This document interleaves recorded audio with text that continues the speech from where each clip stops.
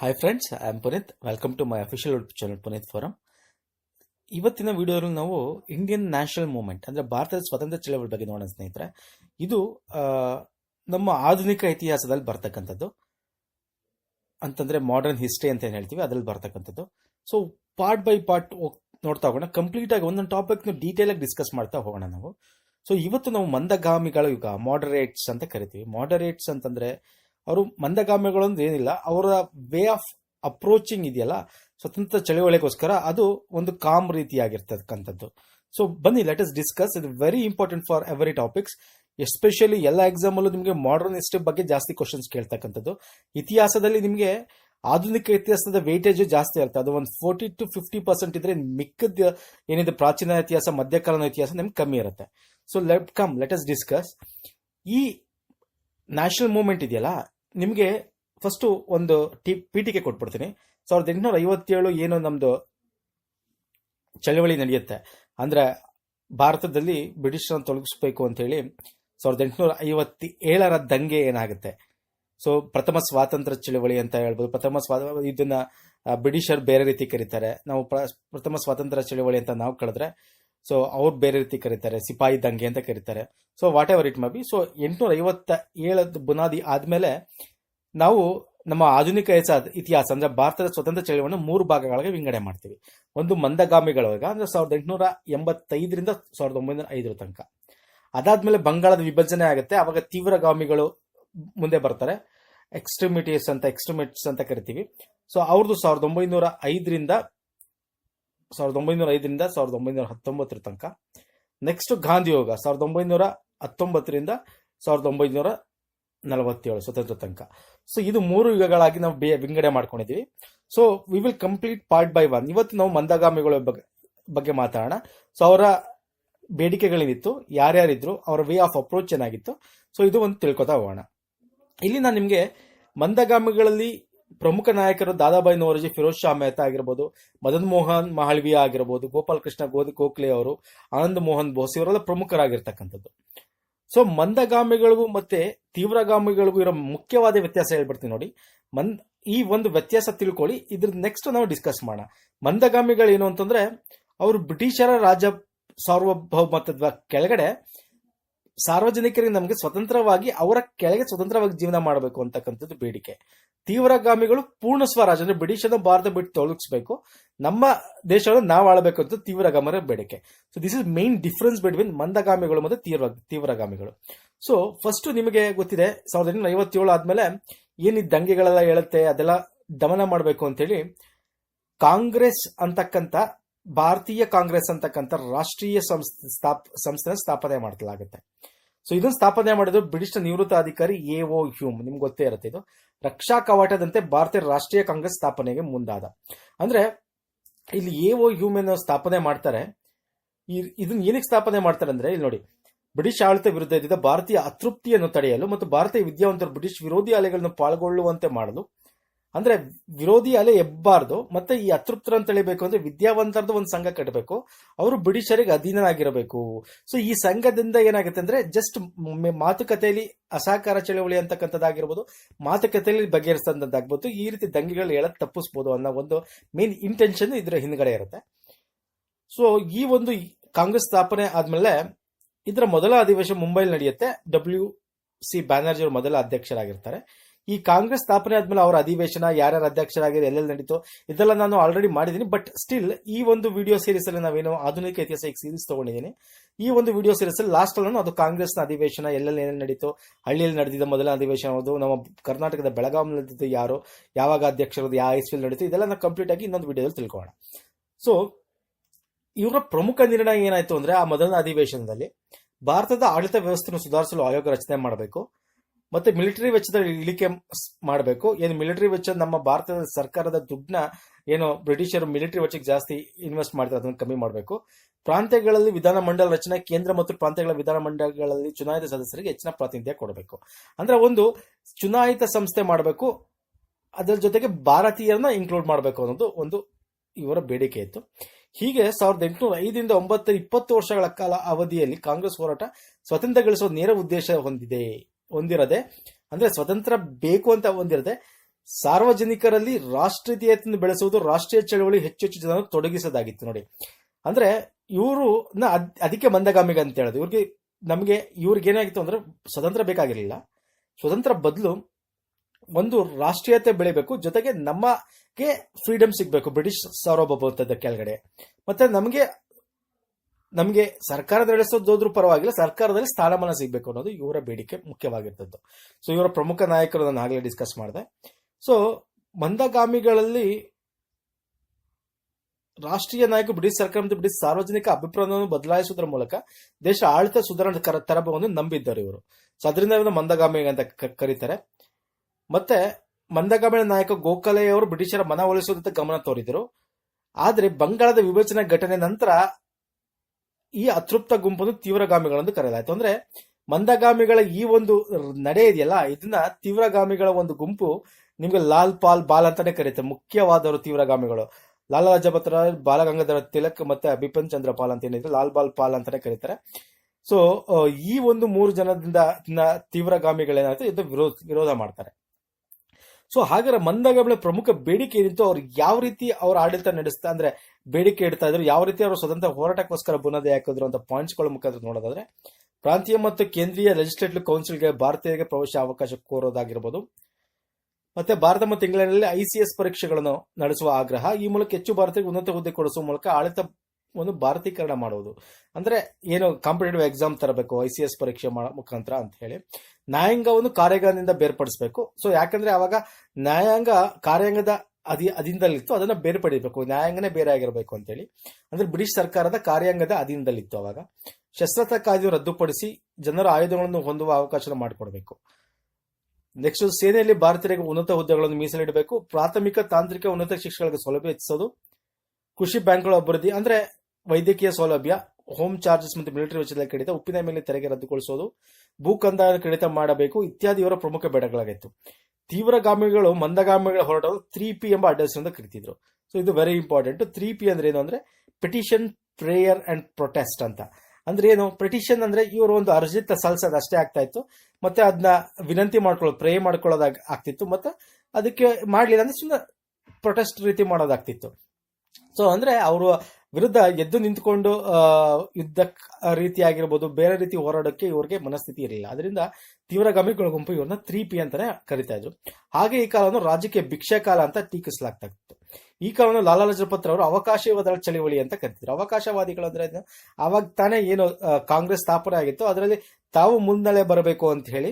So ಈ ಒಂದು ಅವಕಾಶಗಳನ್ನು ಯೂಸ್ ಮಾಡಿಕೊಂಡು ಮತ್ತೆ ಬ್ರಿಟಿಷರಿಗೆ ಒಳ್ಳೆಯವರಾಗಿ ಇತ್ಕೊಂಡೇ ನಾವು ಭಾರತೀಯಲ್ಲಿ ಇದು ಮಾಡಬೇಕು ಅನ್ನೋ ಒಂದು ಇದರಿಂದ ಅವಕಾಶವಾದಿಗಳು ಅಂತ ಲಾಲಾ ಲಜಪತ್ ಕರಿತಾ ಇದ್ರು. ಸೊ ಇದಿಷ್ಟು ಮಂದಗಾಮಿಗಳ ಬಗ್ಗೆ ಪ್ರಮುಖವಾಗಿರ್ತಕ್ಕಂಥ ಏನು ಪಾಯಿಂಟ್ಸ್ಗಳು ಸ್ನೇಹಿತರೆ.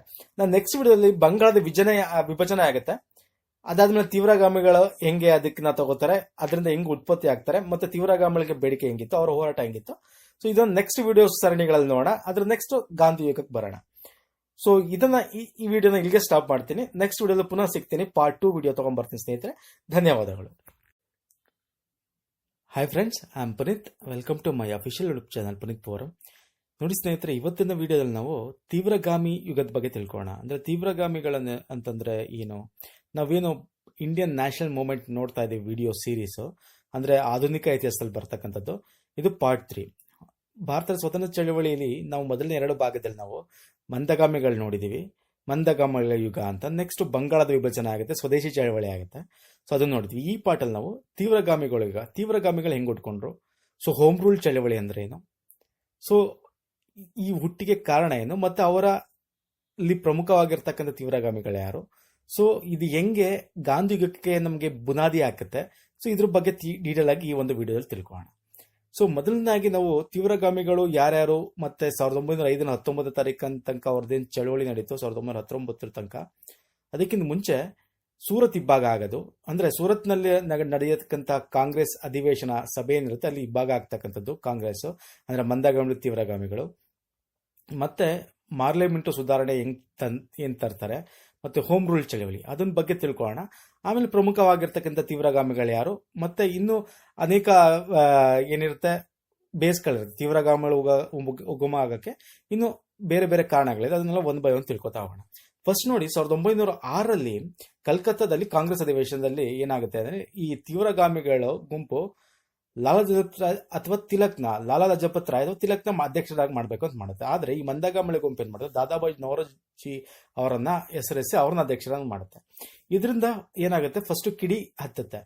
ಅವಾಗ ಏನ್ ಮಾಡ್ತಾರೆ ತೀವ್ರಗಾಮಿ, ಓಕೆ ಇಟ್ಸ್ ಫೈನ್, ನೆಕ್ಸ್ಟ್ ಅಧಿವೇಶನದಲ್ಲಿ ನಾವು ನಮ್ಮ ಕಡೆಯವ್ರನ್ನ ಮಾಡೋಣ, ಸೊ ದಟ್ ನಾವು ಬ್ರಿಟಿಷರ ವಿರುದ್ಧ ನಾವು ಮಾತೆತ್ತಕ್ಕೆ ಈಸಿ ಆಗುತ್ತೆ ಅಂತ ಹೇಳಿ 1907ರಲ್ಲಿ ಕಾಂಗ್ರೆಸ್ ಅಧಿವೇಶನ ನಾಗ್ಪುರದಲ್ಲಿ ನಡೆಸಬೇಕು ಅಂತ ತೀವ್ರಗಾಮಿಗಳು ಪ್ಲಾನ್ ಮಾಡ್ತಾರೆ.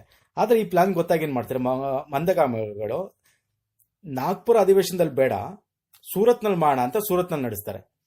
ಏನಕ್ಕೆ ಸೂರತ್ನಲ್ಲಿ ನಡೆಸ್ತಾರೆ ಅಂದ್ರೆ, ಸೂರತ್ ತಿಲಕ್ರವರ ಪ್ರಾಂತ್ಯ, ಅವ್ರದ ಪ್ರಾಂತ್ಯ. ಏನಕ್ಕಂದ್ರೆ ಆ ಕಾಂಗ್ರೆಸ್ ಅಧಿವೇಶನದಲ್ಲಿ ಒಂದಿತ್ತು, ಅವರ ಒಂದು ಪ್ರಾಂತ್ಯದಲ್ಲಿ ಯಾವ ಪ್ರಾಂತ್ಯ ನಡೀತಾ ಇರುತ್ತೆ ಅಧಿವೇಶನ ಆ ವರ್ಷದ್ದು, ಆ ಪ್ರಾಂತ್ಯದವರು ಅಧ್ಯಕ್ಷರಾಗಂಗಿಲ್ಲ ಅಂತ. ಸೊ ಇದನ್ನ ಇವರು ಸೂರತ್ನಲ್ಲಿ ನಡೆಸಿ ಏನ್ ಮಾಡ್ತಾರೆ, ತಿಲಕ್ರಿಗೆ ಆಗ್ಬೇಕಾಗಿದ್ನ ತಪ್ಪಿಸಿ ತಿಲಕ್ ಅಥವಾ ಲಾಲಾ ಲಜಪತ್ ಆಗ್ಬೇಕು ಅಂತ ಏನ್ ಅನ್ಕೊಂಡಿರ್ತಾರೆ ಅವ್ರನ್ನ ತಪ್ಪಿಸ್ತಾರೆ. ಸೊ ಏನಾಗುತ್ತೆ, ಸೂರತ್ ಅಧಿವೇಶನದಲ್ಲಿ ತಿಲಕ್ ತಪ್ಪಿಸಿದ್ಮೇಲೆ ರಾಸ್ ಬಿಹಾರಿ ಬೋಸ್ರವ್ರನ್ನ ಅಧ್ಯಕ್ಷರಾಗಿ ಮಾಡ್ತಾರೆ. ಇದರಿಂದ ಏನಾಗುತ್ತೆ, ಫುಲ್ಲು ಗಲಾಟೆಯಾಗಿ ಅಧಿವೇಶನದಲ್ಲಿ ತೀವ್ರಗಾಮಿ ಕಾಂಗ್ರೆಸ್ನ ಹೊರಗಡೆ ಬರ್ತಾರೆ. ಇದು ಇವಾಗ ಆಗುತ್ತೆ. ಸೊ ಇದಾದ್ಮೇಲೆ ಹೋರಾಟಗಳು ನಡೀತಾ ಇರುತ್ತೆ. 1905ರಲ್ಲಿ ನಿಮ್ಗೆ ಬಂಗಾಳದ ವಿಭಜನೆ ಕೂಡ ಆಗುತ್ತೆ, ಅದಕ್ಕೂ ಹೋರಾಟ, ಸ್ವದೇಶಿ ಚಳವಳಿ ನಡೀತಾ ಇರುತ್ತೆ. ಸೊ ಇದಕ್ಕೆ ತೀವ್ರಗಾಮಿ ಚೆನ್ನಾಗಿ ಈ ಪ್ಲಾಟ್ಫಾರ್ಮ್ ನ ಉಪಯೋಗಿಸ್ತಾರೆ ಬ್ರಿಟಿಷರ ವಿರುದ್ಧ ಹೋರಾಡಬೇಕು ಅಂತೇಳಿ. ಆದ್ರೆ ಈ ತೀವ್ರಗಾಮಿ ಹತ್ತಿಕ್ಬೇಕಲ್ಲ, ಅವಾಗ ಏನ್ ಮಾಡಿದ್ರು ಬ್ರಿಟಿಷರು, ಮಂದಗಾಮಿಗಳಿಗೆ ಪ್ರೋತ್ಸಾಹ ಕೊಡಕ್ ಸ್ಟಾರ್ಟ್ ಮಾಡಿದ್ರು. ಏನ್ ಪ್ರೋತ್ಸಾಹ ಕೊಡಕ್ ಸ್ಟಾರ್ಟ್ ಮಾಡಿದ್ರು, ತೀವ್ರಗಾಮಿಗಳಲ್ಲಿ ಮುಖ್ಯವಾಗಿ ತಿಲಕ್ನ ಜೈಲಿಗೆ ತಳ್ತಾರೆ. ನೋಡಿ ಬ್ರಿಟಿಷ್ ಸರ್ಕಾರ ಏನ್ ಮಾಡುತ್ತೆ, ಇವರು ಬಿಪಿನ್ ಚಂದ್ರಪ್ಪ ರಾಜಕೀಯವಾಗಿ ನಿವೃತ್ತಿ ಹೊಂದ್ರೆ ತಿಲಕ್ರನ್ನ ಬ್ರಿಟಿಷ್ ಸರ್ಕಾರ ಮಾಂಡ್ಲೆ ಜೈಲಿಗೆ ತಳ್ತಾರೆ. ತಳ್ಬಿಟ್ಟು ಈ ಮಂದಗಾಮಿಗಳಿಗೆ ಏನಾದ್ರು ಒಂದು ಪ್ರೋತ್ಸಾಹ ಮಾಡ್ಬೇಕಲ್ಲ, ಇವ್ರನ್ನ ತಣ್ಣಗ್ ಮಾಡ್ಬೇಕಲ್ಲ, ಏನ್ ಮಾಡೋದು ಅಂತ ಹೇಳಿ ಮಿಂಟೋ ಮಾರ್ಲೆ ಸುಧಾರಣೆ ತರ್ತಾರೆ. ಈ ಮಿಂಟೋ ಮಾರ್ಲೆ ಅಂದ್ರೇನು, ಮತ್ತೆ ಬೇರೆ ಬೇರೆ ಸುಧಾರಣೆಗಳಿವೆ, ಭಾರತದ ಆಕ್ಟ್ ಆಗಿರಬಹುದು, ಇದನ್ನೆಲ್ಲ ನಾನು ಇದು ಭಾರತದ ಸಂವಿಧಾನದಲ್ಲಿ ಕವರ್ ಮಾಡ್ತೀನಿ ಸ್ನೇಹಿತರೆ. 1 by 1 ಆಕ್ಟ್ ಗಳನ್ನ ತಗೊಳ್ಳೋಣ. Regulating act, fit India act, ಅದೆಲ್ಲ ನಾವು ಭಾರತದ ಸಂವಿಧಾನ ಒಂದು ಸೇರಿಸಿ ಮಾಡೋಣ. ಪ್ರತಿಯೊಂದು ಆಕ್ಟ್ ಫುಲ್ ಕವರ್ ಮಾಡಬೋಣ. ಇಲ್ಲಿ ನಾ ಇತಿಹಾಸದಲ್ಲಿ ಬೇಡ. ಸೊ ಪ್ರಮುಖ ಸುಧಾರಣೆ ಅದರಲ್ಲಿ ಏನತ್ತು ಅಂತಂದ್ರೆ, ಶಾಸಕಾಂಗ ಸಭೆ ಗಾತ್ರ ಹೆಚ್ಚಿಸಬೇಕು. ಅವಾಗ ಮಂದಗಾಮಿಗಳಲ್ಲಿ ಏನು ಕಾಂಗ್ರೆಸ್ ಇರ್ತಾರೆ ಅವ್ರಿಗೆ ಒಂದಷ್ಟು ಸ್ಥಾನ ಸಿಗುತ್ತೆ. ಮತ್ತೆ ಚುನಾಯಿತ ಸದಸ್ಯರ ಸಂಖ್ಯೆ ಹೆಚ್ಚಿಸೋದು, ಮಂದಗಾಮಿ ನಾಯಕರು ಬೆಂಬಲವನ್ನು ಗಳಿಸಬಹುದು, ಇದು ಅದರ ಉದ್ದೇಶ ಆಗಿತ್ತು ಮುಖ್ಯವಾಗಿ. ಮತ್ತೆ 1914 ತನಕ ತಿಲಕ್ ಜೈಲಿನಲ್ಲಿ ಇರ್ತಾರೆ, ಬಾಲಗಂಗಾಧರ ತಿಲಕ್. ಸೊ ಇಷ್ಟೆಲ್ಲ ಆದ್ಮೇಲೆ ತಿಲಕ್ ರವರು ಬಿಡುಗಡೆ ಆಗಿ ಬರ್ತಾರೆ. ಆ ಟೈಮ್ಗೆ ಅನ್ನಿ ಬೆಸೆಂಟ್ ಅವ್ರು ಏನ್ ಮಾಡ್ತಾರೆ, ಲಕ್ನೋದಲ್ಲಿ ಕಾಂಗ್ರೆಸ್ ಅನ್ನಿ ಬೆಸೆಂಟ್ ಪ್ರಯತ್ನ ಇದೆ, ತಿಲಕ್ ನೇತೃತ್ವದ ತೀವ್ರಗಾಮಿಗಳು ಕಾಂಗ್ರೆಸ್ಗೆ ಮತ್ತೆ ಸೇರ್ಪಡೆಗೊಳ್ತಾರೆ. ಸೇರ್ಪಡೆಗೊಂಡಾಗ ಏನಾಗುತ್ತೆ ಅಂದ್ರೆ, ಇಲ್ಲಿ ತಿಲಕ್ ಮತ್ತೆ ಅನ್ನಿ ಬೆಸೆಂಟ್ ಹೋಮ್ ರೂಲ್ ಚಳವಳಿ ಅಂತ ಸ್ಟಾರ್ಟ್ ಮಾಡ್ತಾರೆ. ಈ ಹೋಮ್ ರೂಲ್ ಚಳವಳಿ 1916ರಲ್ಲಿ ಪ್ರಾರಂಭಿಸ್ತಾರೆ. ತಿಲಕ್ ಅವರು ತಮ್ಮ ಕ್ಷೇತ್ರ ಅಂದ್ರೆ ಮಹಾರಾಷ್ಟ್ರ, ಕರ್ನಾಟಕದ ರೀಜನ್ಗಳಲ್ಲಿ ಅವರು ಈ ಹೋಮ್ ರೂಲ್ ಚಳವಳಿ ಮುನ್ನಡೆಸ್ತಾರೆ. ಅನ್ನಿ ಬೆಸೆಂಟ್ ಮದ್ರಾಸ್ ಮತ್ತು ಭಾರತ ಇತರ ಪ್ರದೇಶಗಳು ಮುನ್ನಡೆಸ್ತಾರೆ. ಹೋಮ್ ರೂಲ್ ಅಂದ್ರೇನು, ಸ್ವಯಂ ಆಡಳಿತ ಅಂತ ಅರ್ಥ. ಹೋಮ್ ಅಂದ್ರೆ ನಮ್ಮ ಮನೆಯನ್ನು ನಾವು ಆಳ್ಕೋಬೇಕು ಅಂತ ಅಂದ್ರೆ ಅರ್ಥ. ಹೋಮ್ ರೂಲ್ ಅಂದ್ರೆ ಇಲ್ಲಿ ನೋಡಿ, ಇಲ್ಲಿದೆ ಸ್ವಯಂ ನಿರ್ಣಯಾಧಿಕಾರ, ನಮ್ಮ ನಿರ್ಣಯ ನಾವು ತಗೋಬೇಕು ಅಂತ ಹೇಳಿ. ಈ ಚಳವಳಿ ಮೂಲಕ ತಿಲಕ್ ಮತ್ತು ಅನ್ನಿ ಬೆಸೆಂಟ್ ರಾಜಕೀಯವಾಗಿ ಹಿಂದುಳಿದ ಪ್ರದೇಶಗಳಿಗೆ ಜಾಗೃತಿ ಮೂಡಿಸ್ತಾರೆ. ಅಂದ್ರೆ ಈ ಹಿಂದುಳಿದ ಪ್ರದೇಶ ಅಂದ್ರೆ ಏನು, ಬರೀ ಮುಂದುವರೆದ ಪ್ರದೇಶ ಅಲ್ಲ, ಹಿಂದುಳಿದ ಪ್ರದೇಶ, ಹಳ್ಳಿ ಕಾಡಾಗಿರ್ಬೋದು, ಬೇರೆ ಕಡೆ ಎಲ್ಲ ಆಗಿರ್ಬೋದು, ಅವರು ಸ್ವಾತಂತ್ರ್ಯ ಕಿಚ್ಚನ್ನ ಹಚ್ತಾರೆ. ಈ ಒಂದು ಪ್ರಯತ್ನ ಇದೆಯಲ್ಲ, ವಿದ್ಯಾವಂತ ವರ್ಗ ಮತ್ತೆ ಹಳ್ಳಿಯ ಸಾಮಾನ್ಯ ಜನರಿಗೆ ಹಚ್ತಾರಲ್ಲ, ಇದೇ ಮುಂದೆ ಗಾಂಧಿಯುಗಕ್ಕೆ ವೇದಿಕೆ ಮಾಡಿಕೊಡುತ್ತೆ. ಗಾಂಧೀಜಿ ಅವರು ಏನು ಪ್ರೋತ್ಸಾಹ ಮಾಡ್ತಿದ್ರು ಹೇಳಿ, ಗಾಂಧಿಯುಗದಲ್ಲಿ ಅವರು ಮುಖ್ಯವಾಗಿ ಪ್ರತಿಯೊಂದು ಮೂಲೆಗೆ ಹೋಗ್ಬೇಕು ಅಂತ ಹೇಳಿ ಕಾಲ್ನಡೆಗಳು ಹೋಗ್ತಾ ಇದ್ರು. ಜೊತೆಗೆ ಹಳ್ಳಿಗಳವ್ರದ್ದು ಮತ್ತೆ ಅವ್ರೇನು ಹರಿಜನರು ಅಂತ ಕರಿತಿದ್ರು, ಅವ್ರನ್ನ ಎಲ್ಲಾರು ಜೊತೆಗೆ ತಗೊಳಕ್ ಟ್ರೈ ಮಾಡಿದ್ರು. So this is the base. Tilak ಮತ್ತೆ ಅನ್ನಿ ಬೆಸೆಂಟ್ ಅವರು ಹೋಮ್ ರೂಲ್ ಚಳವಳಿಯಿಂದ ಹಮ್ಮಿಕೊಂಡಿದ್ದ ಇದೇನಿತ್ತು, ಇದು this is the base. So ಹೀಗೆ ಏನಾಗುತ್ತೆ, ತೀವ್ರಗಾಮಿಗಳು ಆಗೋದು. ಹಾಗಾದ್ರೆ 1905ರಿಂದ 19ಕ್ಕೆ ತೀವ್ರಗಾಮಿಗಳು ಏನೇನ್ ಮಾಡಿದ್ರು, ಆ ಟೈಮಲ್ಲಿ ಯಾರು ಇದ್ರು ಅಂತ ನೋಡೋದಾದ್ರೆ ನಾವು ಮಂದಗಾಮಿಗಳ ಧೋರಣೆ ಮೊದಲ ಬಾರಿಗೆ 1893-94 ಅರವಿಂದ್ ಘೋಷ್ ಅವರು ನ್ಯೂ ಲ್ಯಾಂಪ್ ಫಾರ್ ಓಲ್ಡ್ ಎಂಬ ಶೀರ್ಷಿಕೆಯಲ್ಲಿ ಲೇಖನ ಬರೆದು ಟೀಕಿಸಿದ್ರು. ಅಂದ್ರೆ ಮಂದಗಾಮಿಗಳನ್ನ ಹೆಂಗೆ ಟೀಕಿಸಿ ತೀವ್ರಗಾಮಿಗಳು ಬಂದ್ರು ಅನ್ನೋಕೆ ದಿಸ್ ಇಸ್ ಆಲ್ಸೋ ಒಂದು ಉದಾಹರಣೆ. ನೆಕ್ಸ್ಟ್ ವಿವೇಕಾನಂದರ ಶಿಷ್ಯ ನಿವೇದಿತಾ ಇದ್ರಲ್ಲ, ವಿವೇಕಾನಂದರ ದೌರ್ಬಲ್ಯವೇ ಮೃತ್ಯು ಎಂಬ ಸಂದೇಶಕ್ಕೆ ರಾಜಕೀಯ ಬಣ್ಣ ನೀಡ್ತಾರೆ. ಅಂದ್ರೆ ಈ ಮಂದಗಾಮಿಗಳ ತರ ದೌರ್ಬಲ್ಯ ತೋರಿಸ್ಕೊಂಡು ನಾವು ಬಗ್ಗಿ ನಡಿ ಅವರ ಒಂದು ಸಾಮ್ರಾಜ್ಯದಲ್ಲಿ ನಾವು ಸ್ವತಂತ್ರ ತಗೊಂಡು ಬದುಕೋಣ ಅಂತಂದ್ರೆ ದಿಸ್ ಇಸ್ ಇಂಪಾಸಿಬಲ್ ಅಂತೇಳಿ ಈ ಒಂದು ಸ್ಲೋಗನ್, ವಿವೇಕಾನಂದರ ಸ್ಲೋಗನ್ ಏನಿದೆ ಆ ವಾಕ್ಯನ ಇಟ್ಕೊಂಡು ಅದಕ್ಕೆ ರಾಜಕೀಯ ಬಣ್ಣ ಕೊಟ್ಟು ಬರ್ತಾರೆ. ತೀವ್ರಗಾಮಿಗೆ ಹೆಚ್ಚು ಪ್ರಚಾರಕ್ಕೆ ಬಂದು ತಿಲಕ್ ಅವರು ಮುಖ್ಯ ಕಾರಣ ಏನು ಅಂದ್ರೆ ಇವ್ರದ್ದು ಎರಡು ಮುಖ್ಯವಾದ ಕಾರಣ. 1894ರಲ್ಲಿ ರಾಷ್ಟ್ರೀಯ ಹಬ್ಬವಾಗಿ ಗಣಪತಿ ಹಬ್ಬನ ಆಚರಿಸ್ತಾರೆ.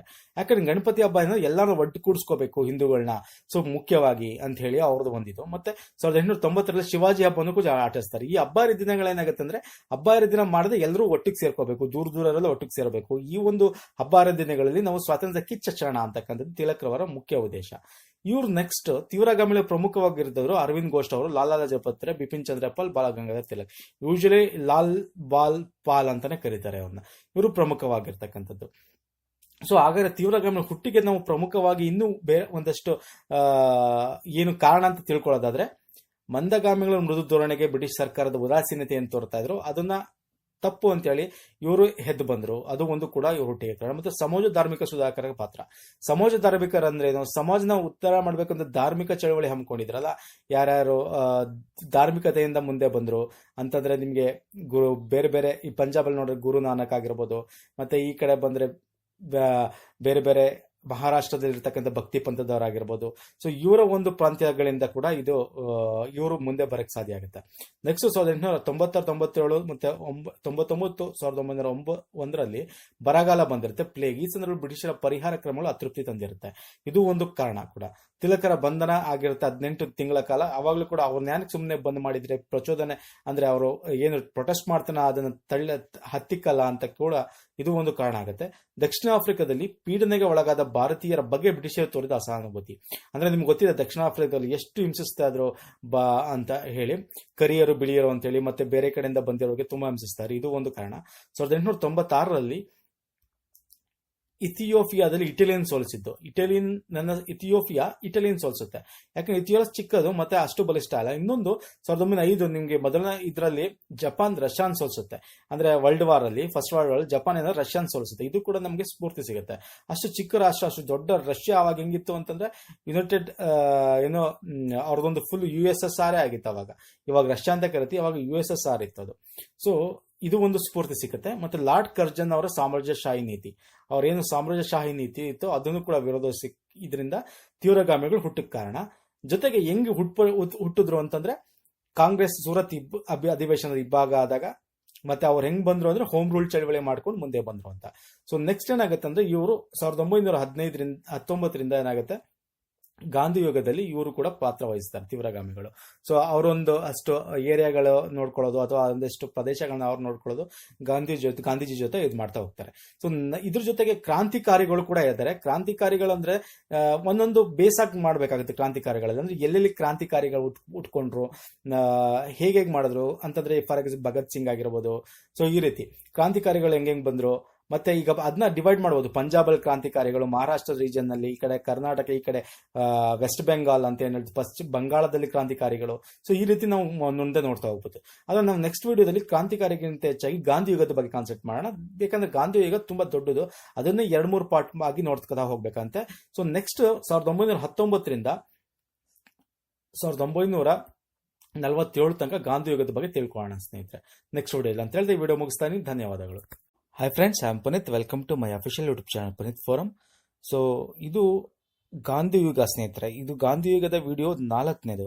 ಅಂದ್ರೆ ನಾವೇನು ಈ ಆಧುನಿಕ ಇತಿಹಾಸದ ಸೀರೀಸ್ ನೋಡ್ತಾ ಇದ್ವಿ, ಎಸ್ಪೆಷಲಿ ಭಾರತದ ಸ್ವಾತಂತ್ರ್ಯದ ಚಳುವಳಿ, ರಾಷ್ಟ್ರೀಯ ಮೂವ್ಮೆಂಟ್ಸ್ ಅಂದ್ರೆ ಇಂಡಿಯನ್ ನ್ಯಾಷನಲ್ ಮೂವ್ಮೆಂಟ್.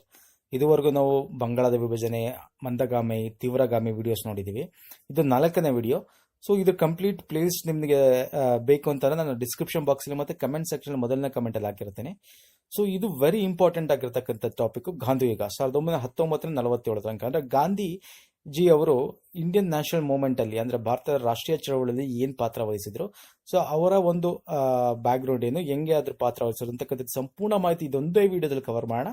ಸೊ ತಡ ಮಾಡೋದು ಬೇಡ, ಬನ್ನಿ ಹೋಗೋಣ. ಸೊ ಫಸ್ಟ್ ಗಾಂಧೀಜಿ ಅವರು ಜನನ 1869 ಅಕ್ಟೋಬರ್ 2 ಗುಜರಾತಿನ ಪೋರಬಂದರಲ್ಲಾಗುತ್ತೆ. ತಂದೆ ಕರ್ಮಚಂದ್ರ ಗಾಂಧಿ, ತಾಯಿ ಪುತಲಿಬಾಯಿ, ಹೆಂಡತಿ ಕಸ್ತೂರಿಬಾಯಿ. ಸೊ ಮಕ್ಕಳು ಯಾರು, ಹರಿಲಾಲ್ ಗಾಂಧಿ, ರಾಮದಾಸ್ ಗಾಂಧಿ, ಮಣಿಪಾಲ್ ಗಾಂಧಿ, ದೇವದಾಸ್ ಗಾಂಧಿ. 1887 ಕಾನೂನು ಪದವಿ ಪಡ್ಕೊಂಡು ಅವರು ಪದವಿಗಾಗಿ ಇಂಗ್ಲೆಂಡ್ಗೆ ಹೋಗ್ತಾರೆ. ಅವರು 3 ವರ್ಷ ಅಧ್ಯಯನ ತರುವಾಯ ರಾಜ್ಕೋಟ್ನಲ್ಲಿ ವಕೀಲಿ ವೃತ್ತಿ ಆರಂಭಿಸ್ತಾರೆ. ಗಾಂಧೀಜಿಯ ರಾಜಕೀಯ ಗೋಪಾಲಕೃಷ್ಣ ಗೋಖಲೆ ಅವರೇ ಕರ್ಕೊಂಡಿದ್ದಾರೆ, ನನ್ನ ಗುರು ಗೋಪಾಲಕೃಷ್ಣ ಗೋಖಲೆ ಅಂತ. ಯಾಕಂದ್ರೆ ಇವರು ಗಾಂಧೀಜಿ ಅವ್ರನ್ನ ಸೌತ್ ಆಫ್ರಿಕಾ, ದಕ್ಷಿಣ ಆಫ್ರಿಕಾದಲ್ಲಿ ಮೀಟ್ ಮಾಡಿರ್ತಾರೆ. ಇವ್ರು ದಕ್ಷಿಣ ಆಫ್ರಿಕಾಕ್ಕೆ ಏನಕ್ಕೆ ಹೋಗ್ತಾರೆ ಅಂದ್ರೆ 1893ರಲ್ಲಿ ದಾದಾ ಅಬ್ದುಲ್ಲಾ ಮತ್ತು ಕಂಪನಿಗೆ ಕಾನೂನು ನೆರವು ಅಂದ್ರೆ ಅವರ ಒಂದು ಕಂಪನಿಯ ಪರವಾಗಿ ವಾದನೆ ಮಾಡಲು ಅವರಿಗೆ ಕಾನೂನು ನೆರವು ನೀಡಲು ದಕ್ಷಿಣ ಆಫ್ರಿಕಾಕ್ಕೆ ಪಯಣ ಬೆಳೆಸಿರ್ತಾರೆ. ಸೊ ಇವ್ರದ್ದು ನೆಕ್ಸ್ಟ್ ದಕ್ಷಿಣ ಆಫ್ರಿಕಾದಲ್ಲಿ ಏನಾಯ್ತು ಅಂತಕ್ಕಂಥ 3-4 ಪಾಯಿಂಟ್ಸ್ ತಿಳ್ಕೊಂಬೋಣ. ದಕ್ಷಿಣ ಆಫ್ರಿಕಾದಲ್ಲಿ ವರ್ಣಭೇದ ನೀತಿ ವಿರುದ್ಧ 20 ವರ್ಷ ಕಾಲ ಹೋರಾಟ ಮಟ್ಟದಲ್ಲಿ ಪಾಲ್ಗೊಳ್ತಾರೆ ಅವರು. ಡರ್ಬನ್ನಿಂದ ಪಿಟೋರಿಗೆ ಹೋಗೋ ರೈಲಲ್ಲಿ ಹವಾಮಾನ ಆಗುತ್ತೆ. ಸೊ ಹವಾಮಾನ ಅಂತಂದ್ರೆ ಇವ್ರಿಗೆ ಕರಿಯರ್ ಅಂತ ಹೇಳಿ ಹೊರಗೆ ತಳ್ತಕ್ಕಂಥದ್ದು. ಮತ್ತೆ 1893ರಲ್ಲಿ ನಟಲ್ ಶಾಸನ ಸಭೆಯಲ್ಲಿ ಭಾರತೀಯ ಮತದಾರ ಹಕ್ಕನ್ನು ಕಸ್ಕೊಂಡಿರ್ತಾರೆ. ಪರಿಣಾಮ ಗಾಂಧೀಜಿ ಮುಖಂಡತ್ವದಲ್ಲಿ ಹೋರಾಟ ನಡೆಸ್ತಾರೆ. ಗಾಂಧೀಜಿಯವರು ಆ ಒಂದು ಹೋರಾಟದ ಮುಖಂಡತ್ವ ವಹಿಸ್ಕೊಂಡಿರ್ತಾರೆ. ಮತ್ತೆ ಹಸಿರು ರಟ್ಟಿನ ಪುಸ್ತಕ ಅಂತ ಪ್ರಕಟಿಸ್ತಾರೆ. ಅದ್ರಲ್ಲಿ ಏನಿರುತ್ತೆ ಅಂತಂದ್ರೆ ಬ್ರಿಟಿಷರು ಭಾರತೀಯರಿಗೆ ಕಷ್ಟ ಕೊಟ್ಟರೆ ಏನಿರುತ್ತೆ ಅದೆಲ್ಲ ಟಿಪ್ಪಣಿ ಮಾಡಿರ್ತಾರೆ ಅಲ್ಲಿ. 1894ರಲ್ಲಿ ಈ ನೆಟಾಲ್ ಇಂಡಿಯನ್ ಕಾಂಗ್ರೆಸ್ ಅನ್ನು ಸ್ಥಾಪಿಸಿದ್ರು. ಅದರ ಪ್ರಥಮ ಪತ್ರಿಕೆಯಾದ ಇಂಡಿಯನ್ ಒಪಿನಿಯನ್ ಅಂತಕ್ಕಂಥ ವಾರ ಪತ್ರಿಕೆನ ಅವರು ಕಾರ್ಯಾಚರಣೆಗೆ ತರ್ತಾರೆ. ಇದಕ್ಕೆಲ್ಲಕ್ಕಿಂತ ಮುಖ್ಯವಾಗಿ ದಕ್ಷಿಣ ಆಫ್ರಿಕಾ ಜೋಹನ್ಸ್ಬರ್ಗ್ ಬಳಿ 1904ರಲ್ಲಿ ಫಿನಿಕ್ಸ್ ಆಶ್ರಮ ಅಥವಾ ಟಾಲ್ಸ್ಟಾಯ್ ಫಾರ್ಮ್ ಅಂತ ಸ್ಥಾಪನೆ ಮಾಡಿರ್ತಾರೆ. ಯಾಕಂದ್ರೆ ಅಲ್ಲಿ ಅವರು ತಮ್ಮ ಒಂದು ಚಟುವಟಿಕೆಗಳು ನಡೆಸಕ್ಕೆ, ಯಾಕಂದ್ರೆ ಬ್ರಿಟಿಷರು ಅವ್ರಿಗೆ ದಿಗ್ಬಂಧನ ಟೈಪ್ ವಿಧಿಸಿರ್ತಾರೆ. ಮತ್ತೆ ಯಾರಿಗೂ ಫಾರ್ಮ್ಗಳು ತಗೊಳಕ್ ಇದಾಗಲ್ಲ. ಆಗ ಅವರು ಒಂದು ಫಾರ್ಮ್ ತಗೊಂಡು ಏನ್ ಮಾಡಿರ್ತಾರೆ, ಬೇರೆ ಜನಗಳನ್ನೆಲ್ಲ ಅಲ್ಲಿ ಕ್ರೋಢೀಕರಿಸ್ಕೊಂಡಿರ್ತಾರೆ. ಇದಕ್ಕಿಂತ ಹೆಚ್ಚಾಗಿ ಮೇನ್ ಏನು ಅಂತಂದ್ರೆ ಆ ಒಂದು ಟೈಮಲ್ಲಿ 1906ರಲ್ಲಿ ಎಲ್ಲರೂ ಕಡ್ಡಾಯವಾಗಿ ಅವರ ಒಂದು ಗುರುತಿನ ಚೀಟಿಗಳನ್ನ ದಾಖಲಾತಿ ಪತ್ರವನ್ನು ಇಟ್ಕೊಂಡು ಓಡಾಡಬೇಕು ಅಂತ ಸರ್ಕಾರ ಮಾಡಿರುತ್ತೆ, ಎಲ್ಲಿ ಬ್ರಿಟಿಷ್ ಸರ್ಕಾರ ಅಲ್ಲಿ. ಸೊ ಅದ್ರ ವಿರುದ್ಧ ಹೋರಾಡ್ತಾರೆ. ಅವ್ರು ಏನ್ ಕರೆ ಕೊಡ್ತಾರೆ ಅಂದ್ರೆ ಯಾರು ಪತ್ರಗಳನ್ನ ದಾಖಲಾತಿ ಇಟ್ಕೊಂಡು ಓಡಾಡೋ ನೆಸೆಸಿಟಿ ಇಲ್ಲ, ಅದನ್ನೆಲ್ಲ ಸುಟ್ಟಾಕಿ ನಮ್ಮ ಹಕ್ಕು ಇದು, ನಾವು ಜೀವಿಸುವ ಹಕ್ಕು ಅಂತೇಳಿ ಅದನ್ನ ಸುಟ್ಟಾಕ್ಸ್ತಾರೆ. ಸೊ ಅದಕ್ಕೆ ಒಂದು ಬೃಹತ್ ಸಭೆ ಮಾಡ್ತಾರೆ. ಅವಾಗ ಗಾಂಧೀಜಿ ಬಂಧನಕ್ಕೊಳಗಾಗ್ತಾರೆ. ಸೊ ಇದೆಲ್ಲ ಆದ್ಮೇಲೆ ಅವ್ರು ಪುನಃ ಬಂಧನದಿಂದ ಬಿಡುಗಡೆ ಆಗುತ್ತೆ. ಆಮೇಲೆ ಪುನಃ ಅವ್ರು ಇಂಗ್ಲೆಂಡ್ಗೆ ಹೋಗ್ತಾರೆ, ಅಲ್ಲಿಂದ ಬರ್ತಾರೆ. ಪುನಃ ಇವರು ಗೋಪಾಲಕೃಷ್ಣ ಗೋಖಲೆನ ಮೀಟ್ ಮಾಡ್ತಾರೆ. ಸೊ ಇದೆಲ್ಲ ಆದ್ಮೇಲೆ ಕೊನೆಗೆ ಭಾರತಕ್ಕೆ 1919ಕ್ಕೆ ಬರ್ತಾರೆ. ಸೊ 19ಕ್ಕೆ ಬಂದು ಜನವರಿ 9ಕ್ಕೆ ಭಾರತಕ್ಕೆ ಬರ್ತಾರೆ. ಸೊ ಭಾರತಕ್ಕೆ ಬಂದ ಮೇಲೆ ಅವರು ಪ್ರಮುಖವಾಗಿ ಮಾಡ್ತಕ್ಕಂಥ ಚಳುವಳಿಗಳನ್ನ ನಾವು ನೋಡ್ತಾ ಹೋಗೋಣ. ಸೊ ಇಲ್ಲಿ ಪ್ರಮುಖವಾಗಿ ಏನಾಗುತ್ತೆ ಅಂತಂದ್ರೆ, ಸೊ ಭಾರತಕ್ಕೆ ಬಂದಾಗ ಭಾರತಕ್ಕೆ ಗಾಂಧೀಜಿ ಬಂದಾಗ ಅವರು ಫಸ್ಟ್ ಫೇಸ್ ಮಾಡೋವಂಥದ್ದು ಏನು ಅಂತಂದ್ರೆ ಆ ಸಬರಮತಿ ಆಶ್ರಮ ಕಟ್ಕೊಳ್ಳೋದು, ದಟ್ ಇಸ್ ಡಿಫ್ರೆಂಟ್. ಅವ್ರು ಫಸ್ಟ್ ಸತ್ಯಾಗ್ರಹ ಫೇಸ್ ಮಾಡೋದು ಅಂದ್ರೆ ಚಂಪಾರಣ ಸತ್ಯಾಗ್ರಹ. ಕೇಳ್ತಾರೆ, ಮೊದಲ ಸತ್ಯಾಗ್ರಹ ಯಾವುದು ಅಂದ್ರೆ ಚಂಪಾರಣ ಸತ್ಯಾಗ್ರಹ. ಏನಕ್ಕೆ ಅಲ್ಲಿ ಏನಾಗುತ್ತೆ ಅಂತಂದ್ರೆ, ಚಂಪಾರಣದಲ್ಲಿ ನಿಮಗೆ ಅಸ್ಸಾಂ ಹತ್ರ ಬರ್ತಕ್ಕಂಥ ಚಂಪಾರಣದಲ್ಲಿ ಕಡ್ಡಾಯವಾಗಿ ನೀಲಿ ಬೆಳಿಬೇಕು ಅಂತ ಯುರೋಪಿಯನ್ ಪ್ಲಾಂಟರ್ಸ್ ನಿಗದಿಪಡಿಸಿರ್ತಾರೆ. ಎಷ್ಟು 20ರಲ್ಲಿ 3 ಭಾಗದಷ್ಟು ಭೂಮಿಯಲ್ಲಿ ಬೆಳಿಬೇಕು ಅಂತ ಹೇಳಿ. ಆ ಟೈಮಲ್ಲಿ ಬೆಲೆನೇ ಇರಲ್ಲ ನೀಲಿಗೆ. ಏನಕ್ಕೆ ನೀಲಿಗೆ ಬೆಲೆ ಇರಲ್ಲ ಅಂದ್ರೆ ಕುತುಕ ನೀಲಿನ ಕಂಡಿಟ್ಟಿರ್ತಾರೆ. ಸೊ ಈ ನೀಲಿ ಬೆಳೆ ನೈಸರ್ಗಿಕ ಬೆಳೀತಕ್ಕಂಥ ನೀಲಿ ಬೆಳೆಯೋಕೆ ಬೆಲೆ ಇರಲ್ಲ, ಅದಕ್ಕೆ ಕನಿಷ್ಠ ಬೆಲೆನೂ ಕೂಡ ನಿಗದಿ ಮಾಡಿರಲ್ಲ. ಇದನ್ನ 3 ಕತಿಯಾ ಪದ್ಧತಿ ಅಂತ ಕೂಡ ಕರಿತಿದ್ರು. ಅಂದ್ರೆ 20ರಲ್ಲಿ 3 ಭಾಗ ಕಡ್ಡಾಯವಾಗಿ ನೀಲಿ ಬೆಳಿಬೇಕಾಗಿತ್ತು. ಇದನ್ನ ಲಾಸ್ ಆಗ್ತಿತ್ತು. ಇದರಿಂದ ಇವ್ರಿಗೆ ಒಂದು ಗಾಂಧೀಜಿಯವ್ರಿಗೆ ಇದರಿಂದ ತಿಳಿಸ್ತಾರೆ ರೈತ ಮುಖಂಡರು. ಅವಾಗ ತಿಳಿಸಿದಾಗ ಇವರು ಅಲ್ಲಿ ಪ್ರಯಾಣ ಬೆಳೆಸ್ತಾರೆ, ಸತ್ಯಾಗ್ರಹ ಮಾಡ್ತಾರೆ, ಬ್ರಿಟಿಷ್ ಜೊತೆ ಮಾತಾಡ್ತಾರೆ. ಸೊ ಅದನ್ನು ತಪ್ಪಿಸ್ತಾರೆ. ಸೊ ಇದು ಮೊದಲ ಒಂದು ಉಪಗ್ರಹ ಚಂಪಾರಣ ಸತ್ಯಾಗ್ರಹ. ನೆಕ್ಸ್ಟ್ ಅಹಮದ್ ಕಾರ್ಮಿಕರು ಮುಷ್ಕರ ಆಗುತ್ತೆ, ಎರಡನೇದು ಇದು. ಇಲ್ಲಿ ಏನಾಗುತ್ತೆ ಅಂದ್ರೆ, ಇಲ್ಲಿ ಹತ್ತಿ ಗಿರಣಿ ಮಾಲೀಕರು ಆ ಟೈಮಲ್ಲಿ ಪ್ಲೇಗ್ ಬಂದಿರುತ್ತೆ. ಅದಕ್ಕೆ ಪ್ಲೇಗ್ ಏನಾಗುತ್ತೆ ಅಂದ್ರೆ ಕಾರ್ಮಿಕರಿಗೆ ಆ ಪ್ಲೇಗ್ ನ ಬೋನಸ್ ಅಂತ ಕೊಡ್ತಾ ಇರ್ತಾರೆ. ಅಂದ್ರೆ ಆ ಒಂದು ಇದಕ್ಕೆ ಆ ಒಂದು ರೋಗದ ಇದಕ್ಕೋಸ್ಕರ, ಮತ್ತೆ ಅವ್ರಿಗೆ ಎಷ್ಟೊಂದು ಜನ ಕೆಲಸ ಮಾಡೋ ತೀರೋಗ್ತಾರೆ, ಅವ್ರ ಮನೇಲಿ ಓಡಿ ದುಡಿಯೋಕೆ, ಅದಕ್ಕೆ ಪ್ಲೇಗ್ ನ ಬೋನಸ್ ಅಂತ ಕೊಡ್ತಾ ಇರ್ತಾರೆ. ಅದನ್ನ ಸಡನ್ ಆಗಿ ನಿಲ್ಲಿಸ್ಬಿಡ್ತಾರೆ. ಆಗ ಕಾರ್ಮಿಕರು ಮುಷ್ಕರ ಓಡ್ತಾರೆ. ಗಾಂಧಿ ನೇತೃತ್ವದಲ್ಲಿ ಕಾರ್ಮಿಕರು ಮುಷ್ಕರ ಓಡಿದಾಗ ಏನಾಗುತ್ತೆ, ಇದಕ್ಕೆ ಅಹಮದ್ ಕಾರ್ಮಿಕರ ಮುಷ್ಕರ ಚಳವಳಿ ಸಂದರ್ಭದಲ್ಲಿ ಪ್ರಥಮ ಬಾರಿಗೆ ಉಪವಾಸ ಕೈಗೊಳ್ತಾರೆ. ಇದು ಉಪವಾಸ ಸತ್ಯಾಗ್ರಹ ಆಗುತ್ತೆ. ಅದು ಬರೀ ಪ್ರಥಮ ಸತ್ಯಾಗ್ರಹ ಆದ್ರೆ ಇದು ಉಪವಾಸ ಕೈಗೊಳ್ತಾರೆ. ಅದು 1918ರಲ್ಲಿ ಇದು ಉಪವಾಸ ಸತ್ಯಾಗ್ರಹ ಆಗುತ್ತೆ. ಇದು ಅಹಮದ್ ನಲ್ಲಿ ಇರ್ತಕ್ಕಂಥ ಕಾರ್ಮಿಕರ ಮುಷ್ಕರ. ಸೊ ಇದು ಎರಡನೇದು. ನೆಕ್ಸ್ಟ್ ಬರೋದೇ ಖೇಡಾ ರೈತ ಚಳವಳಿ. ಖೇಡಾ ರೈತ ಚಳವಳಿ ಇದೆಯಲ್ಲ, ಇದು ಕೂಡ ಇಂಪಾರ್ಟೆಂಟ್. ಇದೇನಾಗುತ್ತೆ ಅಂತಂದ್ರೆ, ಅಲ್ಲಿ ಒಂದು ಏನು ಬೆಳೆ ಹಾನಿ ಆಗಿರುತ್ತೆ, ಜೊತೆಗೆ ಬರಗಾಲ ಟೈಮು ತರ ಕ್ಷಾಮ ಕೂಡ ಇರುತ್ತೆ. ಸೊ ಈ ಟೈಮಲ್ಲಿ ಏನಾಗುತ್ತೆ, ಆ ಸರ್ಕಾರ ಏನಂತ ಬ್ರಿಟಿಷ್ ಸರ್ಕಾರ ಆ ಒಂದು ಕಂದಾಯ ವಸೂಲಿ ಇರುತ್ತಲ್ಲ, ಅದಕ್ಕೆ ಏನ್ ಬೇಕು ಆ ಒಂದು ಕನ್ಸೆಷನ್ ಕೊಡಲ್ಲ. ಅಂದ್ರೆ ಕಂದಾಯದ ಕಮ್ಮಿ ಮಾಡಲ್ಲ, ಅಷ್ಟೇ ಕೇಳ್ತಾ ಇರ್ತಾರೆ ಈ ಒಂದು ಲಾಸ್ ಆಗಿರೋ ಟೈಮಲ್ಲಿ ಕೂಡ. ಯಾಕಂದ್ರೆ ಬೆಳೆ ಹಾನಿ ಆಗಿರುತ್ತೆ ಎಲ್ಲ ಆದ್ರೂ ಕೂಡ. ಸೊ ಈ ಕಂದಾಯ ವಸೂಲಿ ಮಾಡಿದಾಗ ಬಲಪ್ರಯೋಗ ಕೂಡ ನಡೆಸಲಾಗುತ್ತೆ. ಇದರಿಂದ ಏನಾಗುತ್ತೆ, ಗಾಂಧೀಜಿ ನೇತೃತ್ವದಲ್ಲಿ ಚಳವಳಿ ಓಡ್ತಾರೆ. ಸೊ ಈ ಒಂದು ಚಳವಳಿಯನ್ನು ಕೂಡ ಇವರು ಬಗೆಹರಿಸ್ತಾರೆ. ಈ ಟೈಮಲ್ಲಿ ಏನಾಗುತ್ತೆ ಅಂದ್ರೆ, ಯುವ ನಾಯಕರಾಗಿ ಸರ್ದಾರ್ ವಲ್ಲಭಾಯ್ ಪಟೇಲ್ ಮೊದಲನೇ ಬಾರಿ ಖೇಡಾ ಸತ್ಯಾಗ್ರಹದಲ್ಲಿ ಗಾಂಧಿ ಜೊತೆ ಪಾಲ್ಗೊಳ್ತಾರೆ. ಸೊ ಇದು ತುಂಬಾ ಇಂಪಾರ್ಟೆಂಟ್. ನೆಕ್ಸ್ಟ್ ಬರ್ತಕ್ಕಂಥದ್ದು ಚಳವಳಿ ಏನು ಅಂತಂದ್ರೆ, ಇದನ್ನ ನಿಮ್ಗೆ ಒಂದು ಬೈ ಒಂದು ಏನು ಅನುಕ್ರಮವಾಗಿ ಕ್ರಾನಾಲಜಿಕಲ್ ಆರ್ಡರ್ ನಿಮ್ಗೆ ಎಕ್ಸ್ಪ್ಲೇನ್ ಮಾಡ್ತಾ ಹೋಗ್ತಾ ಇದ್ದೀನಿ ಸ್ನೇಹಿತರೆ. ಯಾವ್ದಾದ್ಮೇಲೆ ಏನಾಯ್ತು, ಏನಾಯ್ತು, ಯಾವ ಚಳವಳಿ ಆಯಿತು ಅಂತ ಕಂಪ್ಲೀಟ್ ಇನ್ಫಾರ್ಮೇಶನ್ ಕೊಡ್ತೀನಿ ನಿಮಗೆ.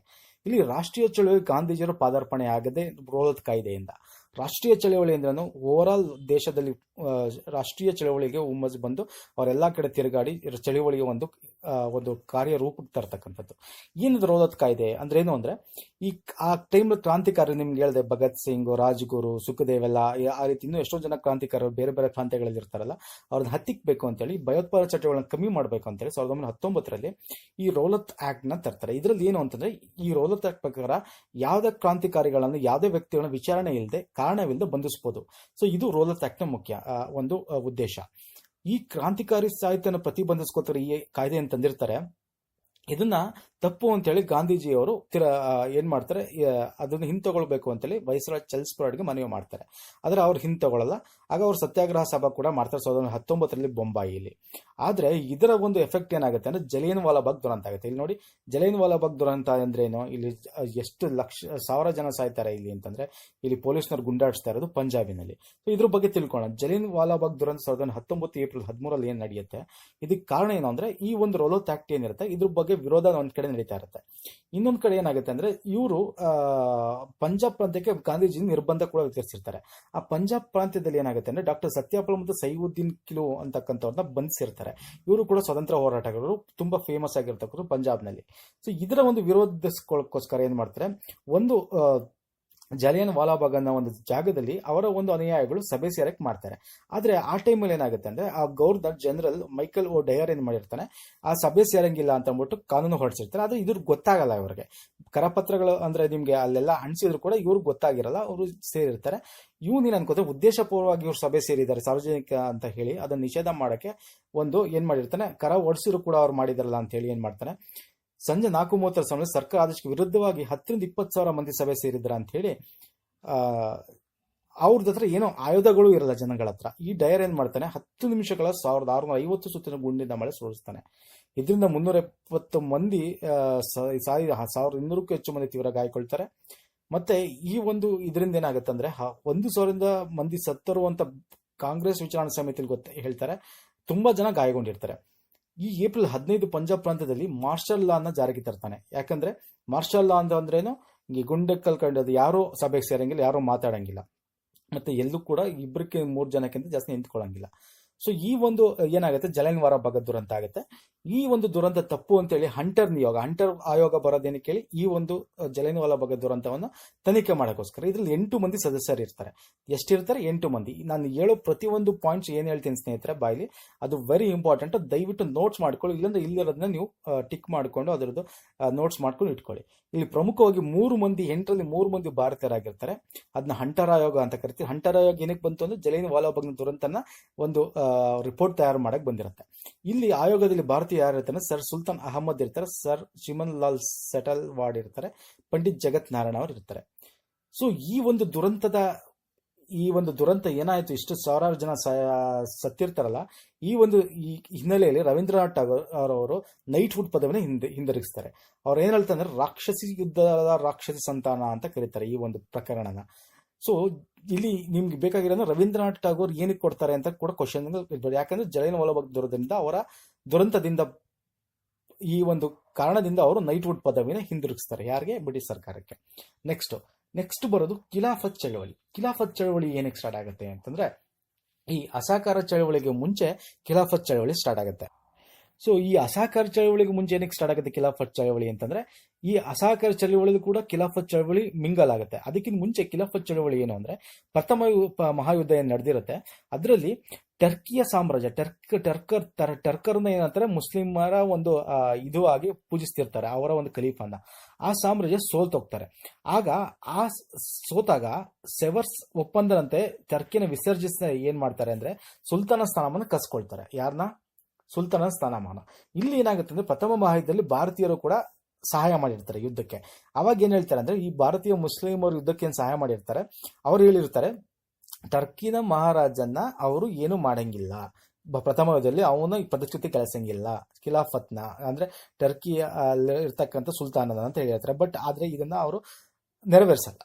ಅವನ್ನ ಪದಚ್ಯುತಿಗೊಳಿಸ್ತಾರಲ್ಲ, ಆ ಸ್ಥಾನಮಾನಕ್ಕೆ ಕಸಿದುಕೊಳ್ತಾರಲ್ಲ, ಆ ಒಂದು ಖಂಡನೀಯ ಅಂತೇಳಿ ಭಾರತೀಯ ಇಸ್ಲಾಮಿಯರು ಖಲೀಫನಿಗಾದ ಅವಮಾನ ಅಂತ ತಿಳಿಸಿ ಚಳುವಳಿಗೆ ಖಿಲಾಫತ್ ಚಳುವಳಿ ಅಂತ ಕರಿತೀವಿ. ಈ ಚಳುವಳಿಗೆ ಮುಖ್ಯವಾಗಿ ಭಾಗಿಯಾಗೋರು ಯಾರಾದ್ರು ಮಹಮ್ಮದ್ ಅಲಿ ಶೌಕತ್ ಅಲಿ, ಆಲಿ ಸಹೋದರರು ಅಂತಾನೆ ಕರೀತಾರೆ. ಮತ್ತೆ ಮೌಲಾನ್ ಅಬ್ದುಲ್ ಕಲಾಂ ಆಜಾದ್, ಹಕೀಂ ಅಜಮಲ್ ಖಾನ್, ಹಸರತ್ ಮಹಾನಿ, ಇವರೆಲ್ಲ ಖಿಲಾಫತ್ ಸಮಿತಿಯನ್ನು ರಚಿಸಿಕೊಂಡು ಚಳುವಳಿ ಮಾಡಬೇಕು ಅಂತ ಹೊಸ ರೂಪುರೇಷೆಯನ್ನು ಮಾಡ್ತಾರೆ. ಸೊ ಇದು ಹಿಂದೂ ಮುಸ್ಲಿಂ ಏಕತೆಗೆ ಕೂಡ ನಾಂದಿ ಆಗುತ್ತೆ. ಏನಕ್ಕೆ ಅಂದ್ರೆ ಇದಕ್ಕೆ ಗಾಂಧೀಜಿ ಬೆಂಬಲ ಕೊಡ್ತಾರೆ. ಗಾಂಧೀಜಿಯವರು ಬೆಂಬಲ ಕೊಟ್ಟಾಗ ಏನಾಗುತ್ತೆ, ಗಾಂಧೀಜಿಯವರು ಓಕೆ ನಾವು ಇದಕ್ಕೆ ಬೆಂಬಲ ಕೊಟ್ಟರೆ ನಮಗೆ ಇಸ್ಲಾಂ ಧರ್ಮದವರು ಭಾರತದಲ್ಲಿ ಇರತಕ್ಕಂಥ ಅಸಹಕಾರ ಚಳವಳಿಗೆ ನಮ್ಮ ಸ್ವತಂತ್ರ ಹೋರಾಟಕ್ಕೆ ಬೆಂಬಲ ಕೊಡ್ತಾರೆ ಅನ್ನೋದು ಉದ್ದೇಶ ಆಗಿರುತ್ತೆ. ಸೊ ಇವರು ಏನ್ ಮಾಡ್ತಾರೆ, ನಾವು ನಿಮ್ಗೆ ಬೆಂಬಲ ಕೊಡ್ತೀವಿ ಅಂತ ಬೆಂಬಲ ಕೊಡ್ತಾರೆ. ಸೊ ಇಲ್ಲಿ ಆರ್ಯ ಸಮಾಜ ಮುಖಂಡರ ಶ್ರದ್ಧಾಂಜಲಿಗೆ ದೆಹಲಿಯ ಜುಮ್ಮಾ ಮಸೀದ್ ಧರ್ಮೋದಶ ಮಾಡಲು ಇಸ್ಲಾಂ ಧರ್ಮೀಯರ ಆಹ್ವಾನ ನೀಡ್ತಾರೆ. ಸೊ ಇದೆಲ್ಲ ನಾಟ್ ನೆಸರಿ ದಟ್ ಮಚ್. ಮತ್ತೆ ಅಖಿಲ ಭಾರತ ಖಿಲಾಫತ್ ಸಮ್ಮೇಳನ ನಡೆಯುತ್ತೆ. ಇಲ್ಲಿ ಗಾಂಧೀಜಿ ವಿಶೇಷ ಆಹ್ವಾನಿತರು ಕೂಡ ಆಗಿರ್ತಾರೆ 1919 ದೆಹಲಿಯಲ್ಲಿ. ಸೊ ಇದು ನೆಕ್ಸ್ಟ್ ಅಸಹಕಾರ ಚಳವಳಿ ಆಗುತ್ತೆ. ಏನಕ್ಕೆ ಅಸಹಕಾರ ಚಳವಳಿ ಆಗುತ್ತೆ ಅಂದ್ರೆ, ಈ ಖಿಲಾಫತ್ ಚಳವಳಿ ಅಳಿಸ್ಕೊಂಡ ತನಕ ಗಾಂಧೀಜಿ ಏನು ಸೂಚಿಸ್ತಾರೆ, ಜೊತೆಗೆ ಅಸಹಕಾರ ಚಳವಳಿ ನಾನ್ ಕೋಆಪರೇಷನ್ ಮೂವ್ಮೆಂಟ್ ಅಂತ ಬರುತ್ತೆ. ಏನಕ್ಕೆ ನಾನ್ ಕೋಆಪರೇಟಿವ್ ಮೂವ್ಮೆಂಟ್ ಬರುತ್ತೆ ಅಂತಂದ್ರೆ, ಬ್ರಿಟಿಷರಿಗೆ ನಾವೇನು ಕೋಆಪರೇಷನ್ ಮಾಡಬಾರ್ದು, ಅಸಹಕಾರ ಅಂದ್ರೆ ಸಹಕಾರ ಕೊಡಬಾರ್ದು ಯಾವುದೇ ಒಂದು ರೀತಿಯಲ್ಲಿ ಅಂತ ಹೇಳಿ. ಯಾಕಂದ್ರೆ ಈ ರೌಲತ್ ಕಾಯ್ದೆ ತಂದಿರ್ತಾರೆ, ಈ ಜಲಿಯನ್ ವಾಲಾಬಾಗ್ ದುರಂತ ನಡೆದಿರುತ್ತೆ, ಅದರಲ್ಲೂ ಕೂಡ ಇದೇ ನಮ್ದೇ ತಪ್ಪು ಅಂತ ಬಂದಿರುತ್ತೆ, ಡಯರ್ನ ತಪ್ಪು ಅಂತಾನೆ ಹೇಳಿರಲ್ಲ. ಸೊ ಇದೆಲ್ಲ ಒಂದು ಇದರಿಂದ ಅಸಹಕಾರ ಚಳವಳಿ ಏನ್ ಬರುತ್ತೆ. ಈ ಅಸಹಕಾರ ಚಳವಳಿ ರೂಪುರೇಷೆಗಳನ್ನು ಸಂಬಂಧಿಸಿದಂತೆ 1920ರಲ್ಲಿ ಲಾಲಾ ಲಜಪತ್ ಅಧ್ಯಕ್ಷತೆಯಲ್ಲಿ ವಿಶೇಷ ಕಾಂಗ್ರೆಸ್ ಅಧಿವೇಶನ ಜರುಗುತ್ತೆ. ಇದ್ರ ಪ್ರಕಾರ ಏನಾಗುತ್ತೆ, ಅಸಹಕಾರ ನಿರ್ಣಯನ ಕೈಗೊಳ್ತಾರೆ. ಆದ್ರೆ ಈ ಒಂದು ಅಸಹಕಾರ ನಿರ್ಣಯ ನಮ್ಗೆ ಚಿತ್ತರಂಜನ್ ದಾಸ್ ಮತ್ತು ಬಾಲಗಂಗಾಧರ ತಿಲಕ್ ಇಷ್ಟ ಆಗಿರಲ್ಲ. ಅಂದ್ರೆ ಈ ಅಸಹಕಾರ ಚಳವಳಿ ಅಂದ್ರೆ ಏನು, ಬ್ರಿಟಿಷರಿಗೆ ಸಹಕಾರ ಕೊಡದೇ ಇರೋದು. ಜೊತೆಗೆ ಸಹಕಾರ ಅಂದ್ರೆ ಎಲ್ಲಾ ರೀತಿ, ಈಗ ನೆಕ್ಸ್ಟ್ ಏನು ಚುನಾವಣೆಗಳು ನಡೆಯುತ್ತೆ ಅದಕ್ಕೂ ಕೂಡ ಭಾಗವಹಿಸದೇ ಇರತಕ್ಕಂಥದ್ದು ಕೂಡ ಒಂದು. ಆದ್ರೆ ಈ ಒಂದು ಚಿತ್ತರಂಜನ್ ದಾಸ್ ತಿಲಕ್ ಆಗಿರ್ಬೋದು, ಸೊ ಇವ್ರಿಗೆಲ್ಲ ಏನಾಗಿತ್ತು ಅಂದ್ರೆ ಚುನಾವಣೆಯಲ್ಲಿ ಭಾಗವಹಿಸಬೇಕು, ಅಲ್ಲಿ ಹೋಗಿ ನಾವು ಗೆದ್ದು ಅವರ ಒಂದು ಆಡಳಿತ ಅಲ್ಲಿ ನಾವು ಶಾಸನಸಭೆಯಲ್ಲಿ ಖಂಡಿಸಬೇಕು ಅಂತ ಇರುತ್ತೆ. ಸೊ ಅದರಿಂದ ಅವರು ವಿರೋಧಿಸಿರ್ತಾರೆ. ನಂತರ 1920 ಡಿಸೆಂಬರ್ನಲ್ಲಿ ನಾಗಪುರ ಕಾಂಗ್ರೆಸ್ ಅಧಿವೇಶನ ಸರ್ವಾನುಮತ ಅಸಹಕಾರ ನಿರ್ಣಯ ಅಂಗೀಕಾರ ಮಾಡ್ತಾರೆ. ಸೊ 20 ಆಗಸ್ಟ್ 1ರಂದು ಖಿಲಾಫತ್ ಮತ್ತು ಅಸಹಕಾರ ಚಳವಳಿ ಆರಂಭ ಆಗುತ್ತೆ. ಬಟ್ ಆ ದಿನನೇ ತಿಲಕ್ ರವರು ನಿಧನ ಹೊಂದ್ತಾರೆ. ಸೊ ತಿಲಕ್ನವ್ರ ನಿಧನ ಹೊಂದಾಗ ಏನಾಗುತ್ತೆ, ಇದು ಒಂದು ತುಂಬಾ ಹಿನ್ನಡೆ ಅಂತ ಆಗಿ ಏನ್ ಮಾಡ್ತಾರೆ ಅಂತಾರೆ, ಗಾಂಧೀಜಿಯವರು ತಿಲಕ್ದ ಒಂದು ನಿಧಿನ ಸ್ಥಾಪನೆ ಮಾಡ್ತಾರೆ. ನಾನು ಹೇಳ್ತೀನಿ ಮುಂದೆ ಅದು. ಸೊ ಈ ಅಸಹಕಾರ ಚಳುವಳಿಯ ಪ್ರಮುಖ ಕಾರ್ಯಗಳೇನು ಅಂತಂದ್ರೆ, ಬ್ರಿಟಿಷ್ ಸರ್ಕಾರ ನೀಡದಿರೋ ಬಿರುದನ್ನು ಹಿಂತಿರುಗಿಸಬೇಕು ಅಂತಕ್ಕಂಥದ್ದು, ಸಹಕಾರ ಕೊಡದೇ ಇರೋದು, ಶಾಲಾ ಕಾಲೇಜ್ ಏನಿದೆ, ನ್ಯಾಯಾಲಯ ಏನಿದೆ, ವಿದೇಶಿ ಬಟ್ಟೆಗಳನ್ನು ಬಹಿಷ್ಕರಿಸೋದು, ಅಂದ್ರೆ ಬ್ರಿಟಿಷ್ ಸರ್ಕಾರ ಮಾಡಿರ್ತಕ್ಕಂಥದ್ದನ್ನ ನಮ್ಮದೇ ಆದ ದೇಶೀಯ ಶಾಲಾ ಕಾಲೇಜ್ ಸ್ಥಾಪನೆ ಮಾಡಬೇಕು, ಮತ್ತೆ ದೇಶೀಯ ಏನೋ ವಿದ್ಯಾಭ್ಯಾಸನ ಪ್ರೋತ್ಸಾಹ ಮಾಡಬೇಕು ಅಂತ, ಸರ್ಕಾರಿ ಸೇವೆಗೆ ರಾಜೀನಾಮೆ ಸಲ್ಲಿಸಬೇಕು ಅಂತೇಳಿ, ಕರ ನಿರಾಕರಣೆ, ಸಾಮೂಹಿಕ ಕಾನೂನು ಭಂಗ ಚಳವಳಿಯನ್ನು ಹಮ್ಮಿಕೋಬೇಕು ಅಂತೇಳಿ, ಮತ್ತೆ ವ್ಯಾಜ್ಯಗಳ ಇತ್ಯರ್ಥಕ್ಕೆ ನ್ಯಾಯಾಲಯಗಳ ಸ್ಥಾಪನೆ ಇತ್ಯಾದಿ, ಇವೆಲ್ಲ ಏನು ಅಸಹಕಾರ ಚಳವಳಿಯ ಒಂದು ಪ್ರಮುಖ ಮುಖ್ಯಾಂಶಗಳಾಗಿರುತ್ತೆ. ಇಲ್ಲಿ ದೇಶ ಬಂಧು ಚಿತ್ತರಂಜನ್ ದಾಸ್, ಮೋತಿಲಾಲ್ ನೆಹರು, ಚಕ್ರವರ್ತಿ, ಸಿ ರಾಜಗೋಪಾಲಾಚಾರಿ, ವಲ್ಲಭಾಯ್ ಪಟೇಲ್ ಇವರೆಲ್ಲ ಏನಿರ್ತಾರೆ ಮೊದಲಾದರೂ ವಕೀಲ ವೃತ್ತಿಯನ್ನು ತ್ಯಜಿಸ್ತಾರೆ. ದೇಶಾದ್ಯಂತ 800 ರಾಷ್ಟ್ರೀಯ ಶಾಲೆಯನ್ನು ಸ್ಥಾಪನೆ ಮಾಡ್ತಾರೆ. ರಾಷ್ಟ್ರೀಯ ಶಾಲೆಯಲ್ಲಿ ನಮ್ಮ ರಾಷ್ಟ್ರೀಯ ಒಂದು ಶಿಕ್ಷಣವನ್ನು ಕೊಡಕ್ಕೆ ಅವರು ಸ್ಥಾಪನೆ ಮಾಡ್ತಾರೆ. ಸೊ ಜೊತೆಗೆ 1921ರಲ್ಲಿ ಏನಾಗುತ್ತೆ, ಮಾರ್ಚ್ನಲ್ಲಿ ವಿಜಯವಾಡದಲ್ಲಿ ನಡೆದ ಕಾಂಗ್ರೆಸ್ ಅಧಿವೇಶನದಲ್ಲಿ ತಿಲಕ್ ನಿಧಿನ ಸ್ಥಾಪನೆ ಮಾಡಕ್ಕೆ ತೀರ್ಮಾನ ಮಾಡ್ತಾರೆ. 21ರಲ್ಲಿ ವೇಲ್ಸ್ ರಾಜಕುಮಾರ ಭಾರತಕ್ಕೆ ಆಗಮನ ಮಾಡಬೇಕು ಅಂತಿರ್ತಾನೆ. ಆ ದಿನ ಹರತಾಳ ದಿನ ಆಚರಿಸಲು ಕಾಂಗ್ರೆಸ್ ಕರೆ ಕೊಡುತ್ತೆ. ಹರತಾಳ ದಿನ ಅಂದ್ರೆ ಸ್ಟ್ರೈಕ್, ಬಂದ್. ಸೂರತ್ ಜಿಲ್ಲೆಯ ಬರ್ದೋಲಿಯಲ್ಲಿ ಕರ ನಿರಾಕರಣೆ ಘೋಷಣೆ ಮಾಡಕ್ಕಾಗತ್ತೆ. ಅದರಿಂದ ಆದರೆ ಆರಂಭಿಸಲು ಆಗಲ್ಲ, ಕಾರಣ ಚೌರಿ ಚೌರ ಘಟನೆ. ಈ ಅಸಹಕಾರ ಚಳವಳಿ ಏನು, ಸ್ಟ್ರೈಕ್ ಮಾಡೋದು, ಪಿಕೆಟಿಂಗ್ ಮಾಡೋದು, ಅವರ ಒಂದು ವಿದೇಶಿ ವಸ್ತುಗಳನ್ನ ಬಹಿಷ್ಕರೋದು, ಮತ್ತೆ ಅವರ ವಿದೇಶಿ ಬಟ್ಟೆಗಳನ್ನ ಬಹಿಷ್ಕರಿಸೋದು, ಸುಟ್ಟಾಕೋದು, ಇದೆಲ್ಲ ಮಾಡ್ಬೇಕಾದ್ರೆ ಏನಾಗುತ್ತೆ, ಈ ಚೌರಿ ಚೌರ ಘಟನೆ ನಡೆಯುತ್ತೆ. ಏನಂದ್ರೆ ಅವರು ಏನು ಅಸಹಕಾರ ಚಳವಳಿ ಶಾಂತವತಾಗಿ ಹೋಗ್ತಾ ಇದ್ರು ಕೂಡ ಒಂದಷ್ಟು ಪೊಲೀಸರು ಲಾಠಿ ಚಾರ್ಜ್ ಮಾಡ್ಬಿಡ್ತಿರ್ತಾರೆ ಒಂದು ಹಿಂದ್ಗಡೆ ಒಂದಷ್ಟು ಜನಕ್ಕೆ. ಇದರಿಂದ ತುಂಬಾ ಕೋಪಗೊಂಡ್ಕೊಳ್ತಾರೆ. ಯಾಕಂದ್ರೆ ನಾವು ಅಸಹಕಾರ ಚಳವಳಿನ ಶಾಂತಿಯುತವಾಗಿ ಮಾಡ್ತಾ ಇದೀವಿ ಅಂತ. ಆದ್ರೆ ಇದು ಒಂದು ಘಟನೆ ಅವ್ರು ಕೆರಳಿಸುತ್ತೆ. ಅವರು ಅಷ್ಟು ಜನ ಪೊಲೀಸರನ್ನ ಅಲ್ಲಿರತಕ್ಕಂಥ ಪೊಲೀಸ್ ಸ್ಟೇಷನ್ ಕೂಡ ಹಾಕಿ ಪೊಲೀಸ್ನ ಬೆಂಕಿ ಇಟ್ಬಿಟ್ಟು ಸಾಯಿಸ್ಬಿಡ್ತಾರೆ. ನೋಡಿ, ಗೋರಖ್ಪುರ ಜಿಲ್ಲೆ ಚೌರಿಚಾರದಲ್ಲಿ ನಡೀತಕ್ಕಂಥ ಹಿಂಸಾತ್ಮಕ ಘಟನೆ. 22 ಪೊಲೀಸ್ ಠಾಣೆಗೆ ಬೆಂಕಿ ಹಚ್ಚಿ ಸಜೀವವಾಗಿ ದಹಿಸಲಾಗುತ್ತೆ. ಇದನ್ನ ಏನ್ ಮಾಡ್ತಾರೆ, ಫೆಬ್ರವರಿ 11 ಬರ್ದೋಲಿ ಅಸಹಕಾರ ಚಳವಳಿ ಸ್ಥಗಿತಗೊಳಿಸಿ ಏಕಪಕ್ಷ ಅಂತ ಗಾಂಧೀಜಿ ಕೈಗೊಳ್ತಾರೆ. ಸೊ ಇದಾದಾಗ ಏನಾಗುತ್ತೆ, ಗಾಂಧೀಜಿಗೆ ಬೇಜಾರಾಗುತ್ತೆ. ನಾವು ಮಾಡ್ತಿರೋದು ಅಹಿಂಸಾ ಮಾರ್ಗ, ಈ ಹಿಂಸೆಯಿಂದ ಮಾಡ್ತಕ್ಕಂಥ ಇದು ಸರಿ ಬರಲ್ಲ ಅಂತ ಹೇಳಿ ಬರ್ದೋಲಿಯಲ್ಲಿ ಏನ್ ಮಾಡ್ತಾರೆ, ಅಸಹಕಾರ ಚಳವಳಿ ಸ್ಥಗಿತಗೊಳಿಸಬೇಕು ಅಂತ ಗಾಂಧೀಜಿ ತೀರ್ಮಾನ ಮಾಡ್ತಾರೆ. ಸೊ 1922ರಲ್ಲಿ ಫೆಬ್ರವರಿ 12ರಂದು ಅಸಹಕಾರ ಚಳವಳಿ ನಿಲುಗಡೆ ಆಗುತ್ತೆ. 1922 ಮಾರ್ಚ್ 10ರಂದು ಸಬರಮತಿ ಆಶ್ರಮದ ಗಾಂಧೀಜಿ ಮತ್ತು ಶಂಕರ್ಲಾಲ್ ಬ್ಯಾಂಕರ್ನ ಬಂಧನ ಕೂಡ ಆಗುತ್ತೆ. ಗಾಂಧೀಜಿಗೆ 6 ವರ್ಷಗಳ ಕಾರಾಗೃಹ ಶಿಕ್ಷೆ ವಿಧಿಸಿ ನ್ಯಾಯಾಧೀಶರು ವಿಧಿಸ್ತಾರೆ. ಆದರೆ ಅನಾರೋಗ್ಯ ಕಾರಣ 1924 ಫೆಬ್ರವರಿ 5ರಂದು ಗಾಂಧೀಜಿನ ಬಿಡುಗಡೆ ಮಾಡ್ತಾರೆ. ಸೊ ಇದು ಅಸಹಕಾರ ಚಳವಳಿಯ ಘಟನೆಗಳು. ಈ ಚೌರಿ ಚೌರ ಘಟನೆ ಹೆಂಗಿರುತ್ತೆ ಅಂದ್ರೆ ಈ ರೀತಿ ಇರುತ್ತೆ ನೋಡಿ. ಎಲ್ಲ ಸೇರಿಸಿ ಪೊಲೀಸ್ ಸ್ಟೇಷನ್ ಬೆಂಕಿ ಹಾಕ್ಬಿಟ್ಟಿರ್ತಾರೆ. ನೆಕ್ಸ್ಟ್ ಕಾನೂನು ಭಂಗ ಚಳವಳಿ ಆಗುತ್ತೆ. ಯಾಕಂದ್ರೆ ಈ ಗಾಂಧೀಜಿಯವನ್ನ ಅರೆಸ್ಟ್ ಮಾಡ್ತಾರೆ. ಈ ಅಸಹಕಾರ ಚಳವಳಿ ಸ್ಟಾಪ್ ಆಗಿರುತ್ತೆ. ಸೊ ಮತ್ತೆ ಅವ್ರನ್ನ ಬಿಡುಗಡೆ ಮಾಡಬೇಕು ಅಂತ ಗಾಂಧೀಜಿ ಬಿಡುಗಡೆ ಆದ್ರೂ ಕೂಡ ಈ ಒಂದು ಕಾನೂನು ಭಂಗ ಚಳವಳಿ ಇದೆಯಲ್ಲ, ಇದು ಏನಕ್ಕೆ ಸ್ಟಾರ್ಟ್ ಆಗುತ್ತೆ ಅಂದ್ರೆ ಇಷ್ಟೆಲ್ಲ ಆದ್ರೂ ಕೂಡ ಸರ್ಕಾರ ಏನೋ ಬೇಕಾಗಿರ್ತಕ್ಕಂಥ ನಿರ್ಣಯ ತಗೊಂಡಿರಲ್ಲ. ಯಾವ ನಿರ್ಣಯ? ನಮ್ಮ ಸ್ವತಂತ್ರಕ್ಕೆ ಬೇಕಾಗಿರ್ತಕ್ಕಂಥ ನಿರ್ಣಯ ತಗೊಂಡಿರಲ್ಲ. ಮತ್ತೆ ಏನ್ ಬೇಡಿಕೆಗಳಿತ್ತು ಅದನ್ನು ಪೂರೈಸಕ್ಕೆ ಇದು ಮಾಡಿರಲ್ಲ. ಸೊ ಅವಾಗ ಏನಾಗುತ್ತೆ, ಕಾನೂನು ಭಂಗ ಚಳವಳಿ ಮಾಡೋಣ ಅಂತ ಸ್ಟಾರ್ಟ್ ಆಗುತ್ತೆ. ಅದರ ಕಾನೂನು ಭಂಗ ಚಳವಳಿಯಲ್ಲಿ ಮೊದಲನೇದು ಉಪ್ಪಿನ ಸತ್ಯಾಗ್ರಹ. ಉಪ್ಪಿನ ಸತ್ಯಾಗ್ರಹ ಅಂದ್ರೇನು, ಕಾನೂನು ಭಂಗ ಅಂದ್ರೇನು, ಅವರ ಏನೇನು ಕಾನೂನು ಮಾಡಿದ್ರೆ ಅದನ್ನೆಲ್ಲ ಹೊಡ್ಕೊಂಡು ಹೋಗ್ಬೇಕು ಅಂತ. ಅದ್ರಲ್ಲಿ ಮೊದಲನೇದಾಗಿ ತಗೊಳ್ಳೋದು ಉಪ್ಪಿನ ಸತ್ಯಾಗ್ರಹ. ಉಪ್ಪಿನ ಮೇಲೆ ತೆರಿಗೆನ ಅವ್ರು ಇಳಿಸ್ಬೇಕು. ಉಪ್ಪು ನಮ್ಮದು, ಸ್ವತಂತ್ರ ನಮ್ಮದು, ಇದು ಒಂದು ಮೂಲಭೂತ ಹಕ್ಕು. ಹೆಂಗೆ ಮೂಲಭೂತ ಆಗಿರ್ತಕ್ಕಂಥ ಪದಾರ್ಥ, ಇದಕ್ಕೆ ತೆರಿಗೆ ಹಾಕಬಾರ್ದು ಅನ್ನೋದು ಉದ್ದೇಶ. ಇಲ್ಲಿ ಕಾನೂನು ಭಂಗ ಚಳವಳಿ ಪ್ರಾರಂಭ ಆಗುತ್ತಲ್ಲ 1930 ಮಾರ್ಚ್ 12ರಂದು ಉಪ್ಪಿನ ಸತ್ಯಾಗ್ರಹಕ್ಕೆ ಸಬರಮತಿಯಿಂದ ದಂಡಿಗೆ 78 ಮಂದಿ ಅನುಯಾಯಿಗಳನ್ನು ಕಾಲ್ನಡಿಗೆಯಲ್ಲಿ ಬೆಳಗ್ಗೆ 6:30ಕ್ಕೆ ಆರಂಭಿಸ್ತಾರೆ. ಗಾಂಧೀಜಿ ಟೋಟಲ್ 78 ಜನ ಹೋಗ್ತಕ್ಕಂಥದ್ದು. ಎಲ್ಲಿ ದಂಡಿ ಮಾರ್ಚ್ ಅಂತಾನೆ ಕರಿತೀವಿ. ಸಬರಮತಿಯಿಂದ ದಂಡಿಗೆ. ದಂಡಿ ಯಾತ್ರೆಯ ಕಾಲ್ನಡಿಗೆಯಲ್ಲಿ ಭಾಗವಹಿಸಿದ ಕನ್ನಡಿಗ ಯಾರು ಅಂದ್ರೆ ಮೈಲಾರ ಮಹಾದೇವಪ್ಪನವರು. ದಂಡಿ ಯಾತ್ರೆಯನ್ನು ಎಲ್ಲಾ ದ್ವೀಪಗಳಿಂದ ತಪ್ಪಿಸಿಕೊಂಡ ನೆಪೋಲಿಯನ್ ಪ್ಯಾರಿಸ್ ಪಯಣಕ್ಕೆ ಹೋಲಿಕೆ ಮಾಡ್ತಾರೆ. ಯಾರು? ಸುಭಾಷ್ ಚಂದ್ರ ಬೋಸ್ನವರು. ಮತ್ತೆ ಗಾಂಧೀಜಿಗೆ ದಂಡಿ ಯಾತ್ರೆಯನ್ನು ಲಂಕೆಗೌಡ ಶ್ರೀರಾಮಚಂದ್ರನಂತೆ ಅಂತ ಯಾರು ಹೇಳ್ತಾರೆ? ಮೋತಿಲಾಲ್ ನೆಹರು ಹೋಲಿಕೆ ಮಾಡ್ತಾರೆ. ದಂಡಿ ಯಾತ್ರೆಯನ್ನು ಮೋಸಸ್ ಜೊತೆಯಲ್ಲಿ ಯಹೂದಿಗಳ ವಲಸೆ ಅಂತ ಹೇಳಿ ಆಚಾರ್ಯ ಪ್ರಫುಲ್ಲ ಚಂದ್ರ ರೇ ಅವರು ಹೋಲಿಕೆ ಮಾಡ್ತಾರೆ. ಇದು ಹೋಲಿಕೆ ಮಾಡ್ತಾ ಇರೋದು ಹೆಂಗೆ ಅಂದ್ರೆ ಇದೊಂಥರ ಹೋರಾಟ ಹೆಂಗಿತ್ತು ಅಂತಕ್ಕಂಥದ್ದು ಹೋಲಿಸಿ ಹೇಳ್ತಾ ಇರ್ತಕ್ಕಂಥದ್ದು ಅಷ್ಟೇ.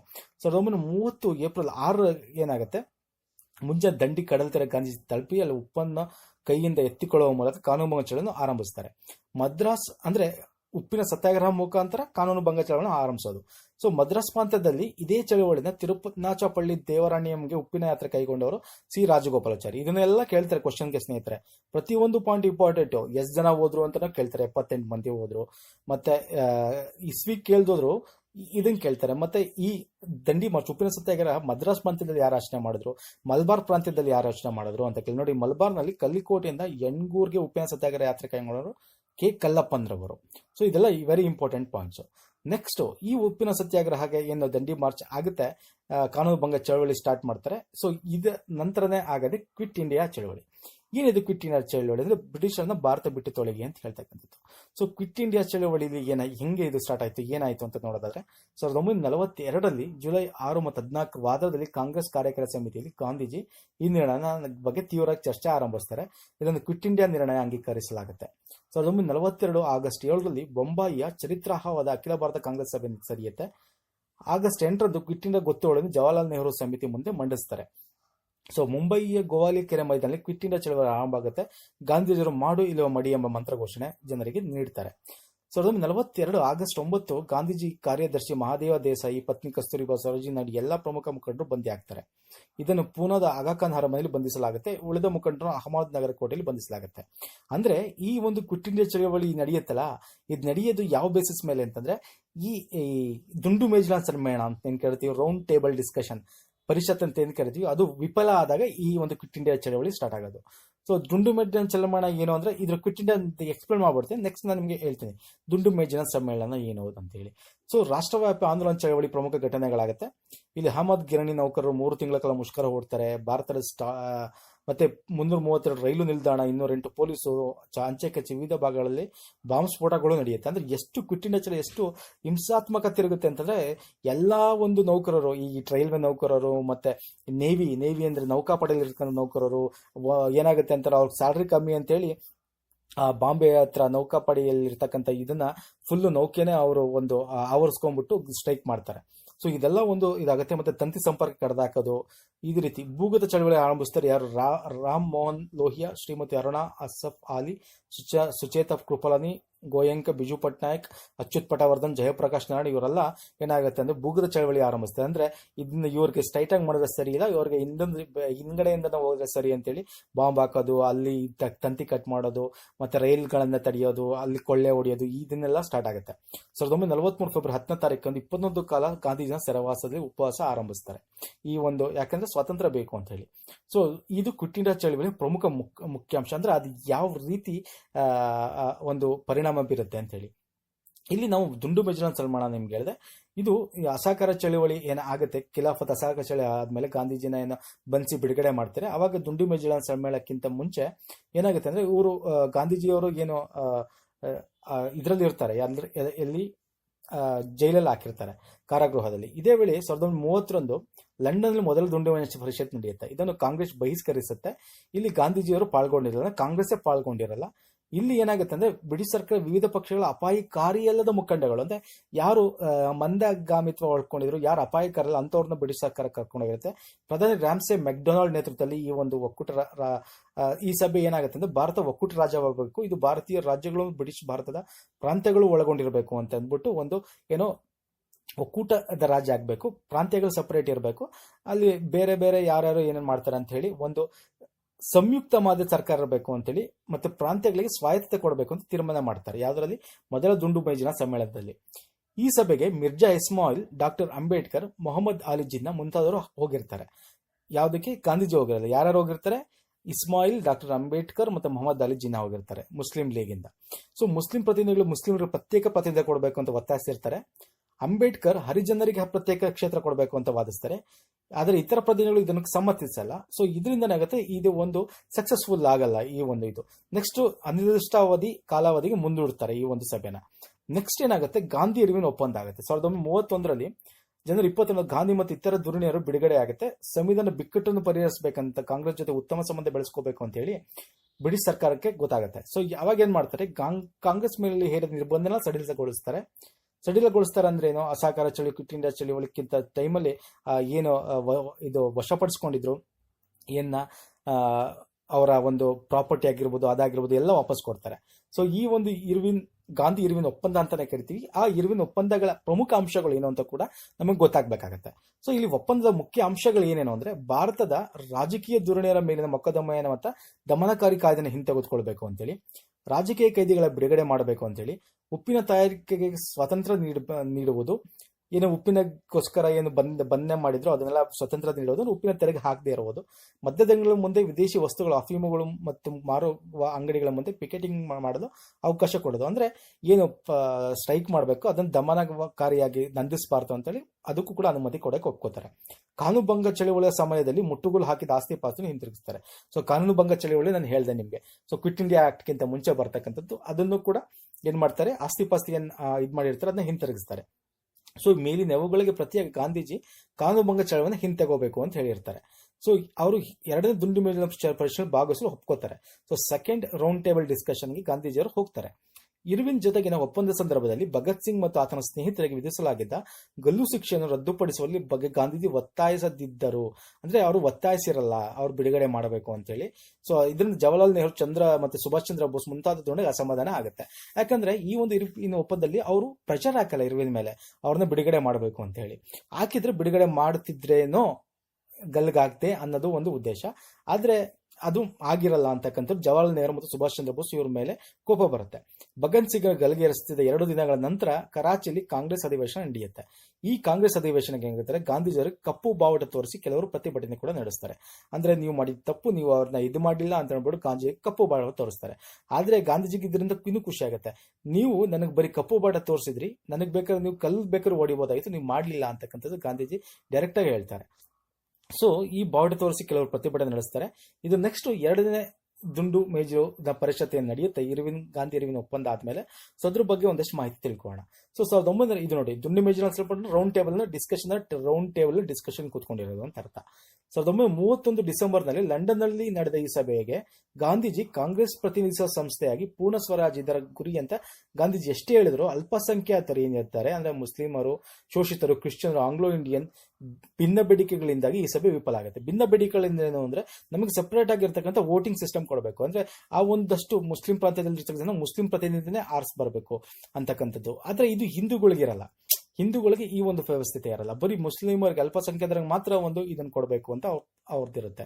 ಸೊ ಬ್ರಿಟಿಷ್ ಸರ್ಕಾರ ಜವಾಬ್ದಾರಿ ಸರ್ಕಾರ ಪೂರ್ಣ ಸ್ವರಾಜ್ಯಕ್ಕೆ ಒಪ್ಪದೆ ಅರೆ ಸರ್ಕಾರ ಕೊಡೋದು ಒಪ್ಪುತ್ತೆ. ಅಂದ್ರೆ ಪೂರ್ಣ ಸ್ವರಾಜ್ ಬೇಕು ಅಂತ ಅಂದಾಗ ಆ ಬ್ರಿಟಿಷ್ ಸರ್ಕಾರ ಒಪ್ಪಲ್ಲ.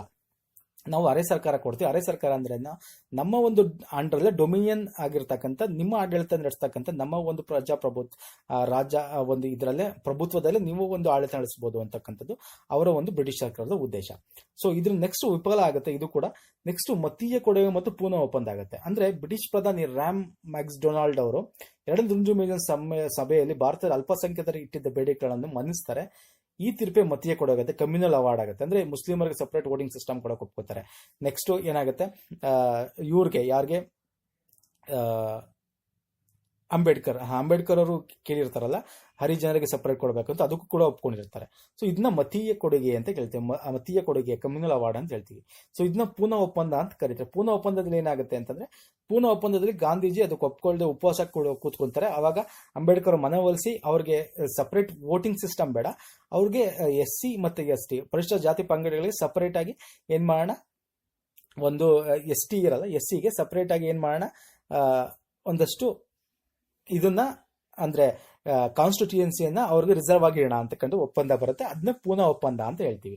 ಸೊ ಈ ತೀರ್ಪಿನ ಪ್ರಮುಖ ಅಂಶಗಳು ನೋಡಿ, ಮುಸ್ಲಿಂ, ಸಿಖ್, ಭಾರತೀಯ, ಕ್ರೈಸ್ತರು, ಆಂಗ್ಲೋ ಇಂಡಿಯನರಿಗೆ, ಸ್ತ್ರೀಯರಿಗೆ ಪ್ರತ್ಯೇಕ ಚುನಾವಣಾ ವ್ಯವಸ್ಥೆ ಕೊಡಬೇಕು ಅಂತ ಅವ್ರು ಮಾಡಿರ್ತಾರೆ. ಯಾರು 2ನೇ ದುಂಡು ಸಮ್ಮೇಳನ ಆದ್ಮೇಲೆ. ಪ್ರಾಂತೀಯ ಶಾಸನಸಭೆ, ಮತೀಯ ಆಧಾರದ ಮೇಲೆ ಪ್ರಾತಿನಿಧ್ಯ, ಕಾರ್ಮಿಕ ವರ್ಗ, ಕೈಗಾರಿಕಾ ಜಮೀನ್ದಾರಿ ಇತ್ಯಾದಿಯವರಿಗೆ ಪ್ರತ್ಯೇಕ ಚುನಾವಣಾ ವ್ಯವಸ್ಥೆ. ಅಂದ್ರೆ ಇಲ್ಲಿ ಶ್ರೀಮಂತರಿಗೆ ಪ್ರತ್ಯೇಕ ಚುನಾವಣಾ ವ್ಯವಸ್ಥೆ ಕೊಡಬೇಕು, ಕಾರ್ಮಿಕರಿಗೆ ಬೇರೆ ತರ ಇರಬೇಕು ಅಂತ ಹೇಳಿ. ಹರಿಜನರಿಗೆ ಅಲ್ಪಸಂಖ್ಯಾತರಿಂದ ಪರಿಗಣಿಸಿ ಪ್ರತ್ಯೇಕ ಚುನಾವಣಾ ವ್ಯವಸ್ಥೆ ಕೊಡಬೇಕು ಅಂತಿರುತ್ತೆ. ಸೊ ಬಹುಸಂಖ್ಯಾತ ಹಿಂದೂ ಪ್ರದೇಶಗಳಿಗೆ ಅಲ್ಪಸಂಖ್ಯಾತ ಮುಸ್ಲಿಮರಿಗೆ ವಿಶೇಷ ಸೌಲಭ್ಯ ಕೊಡ್ತಾರೆ. ಆದರೆ ಪ್ರಾಂತೀಯ ಶಾಸನ ಸಭೆಗಳು ಹಿಂದೂಗಳಿಗೆ ಕಡಿಮೆ ಪ್ರಾತಿನಿಧ್ಯ ಇರತಕ್ಕಂಥದ್ದು. ಇದನ್ನ ಮತೀಯ ಕೊಡುಗೆ ಅಂತ ಹೇಳ್ತೀವಿ. ಸೊ ಈ ಸವಲತ್ತನ್ನು ವಿರೋಧಿಸ್ತಾರೆ. ಮತ್ತೆ ಹಿಂದೂಗಳು ಯಾವ ಸವಲತ್ತನ್ನು ನೀಡಲಿಲ್ಲ ಅಂತ ಅಂದ್ಬಿಟ್ಟು 1% ಮಾತ್ರವಿದ್ದ ಯುರೋಪಿಯನ್ರಿಗೆ 10% ಪಾತ್ರ ನೀಡಲಾಗಿರುತ್ತೆ. ಸೊ ಇದನ್ನ ಮತೀಯ ಕೊಡುಗೆನ ಗಾಂಧೀಜಿ ಉಪವಾಸದ ಮೂಲಕ ಪ್ರತಿಭಟನೆ ಮಾಡುತ್ತಾರೆ. ಅಂಬೇಡ್ಕರ್ ಮತ್ತು ಗಾಂಧೀಜಿ ಉಪವಾಸವನ್ನು ಒಂದು ಪ್ರದರ್ಶನ ಅಂತ ಟೀಕಿಸಿರ್ತಾರೆ.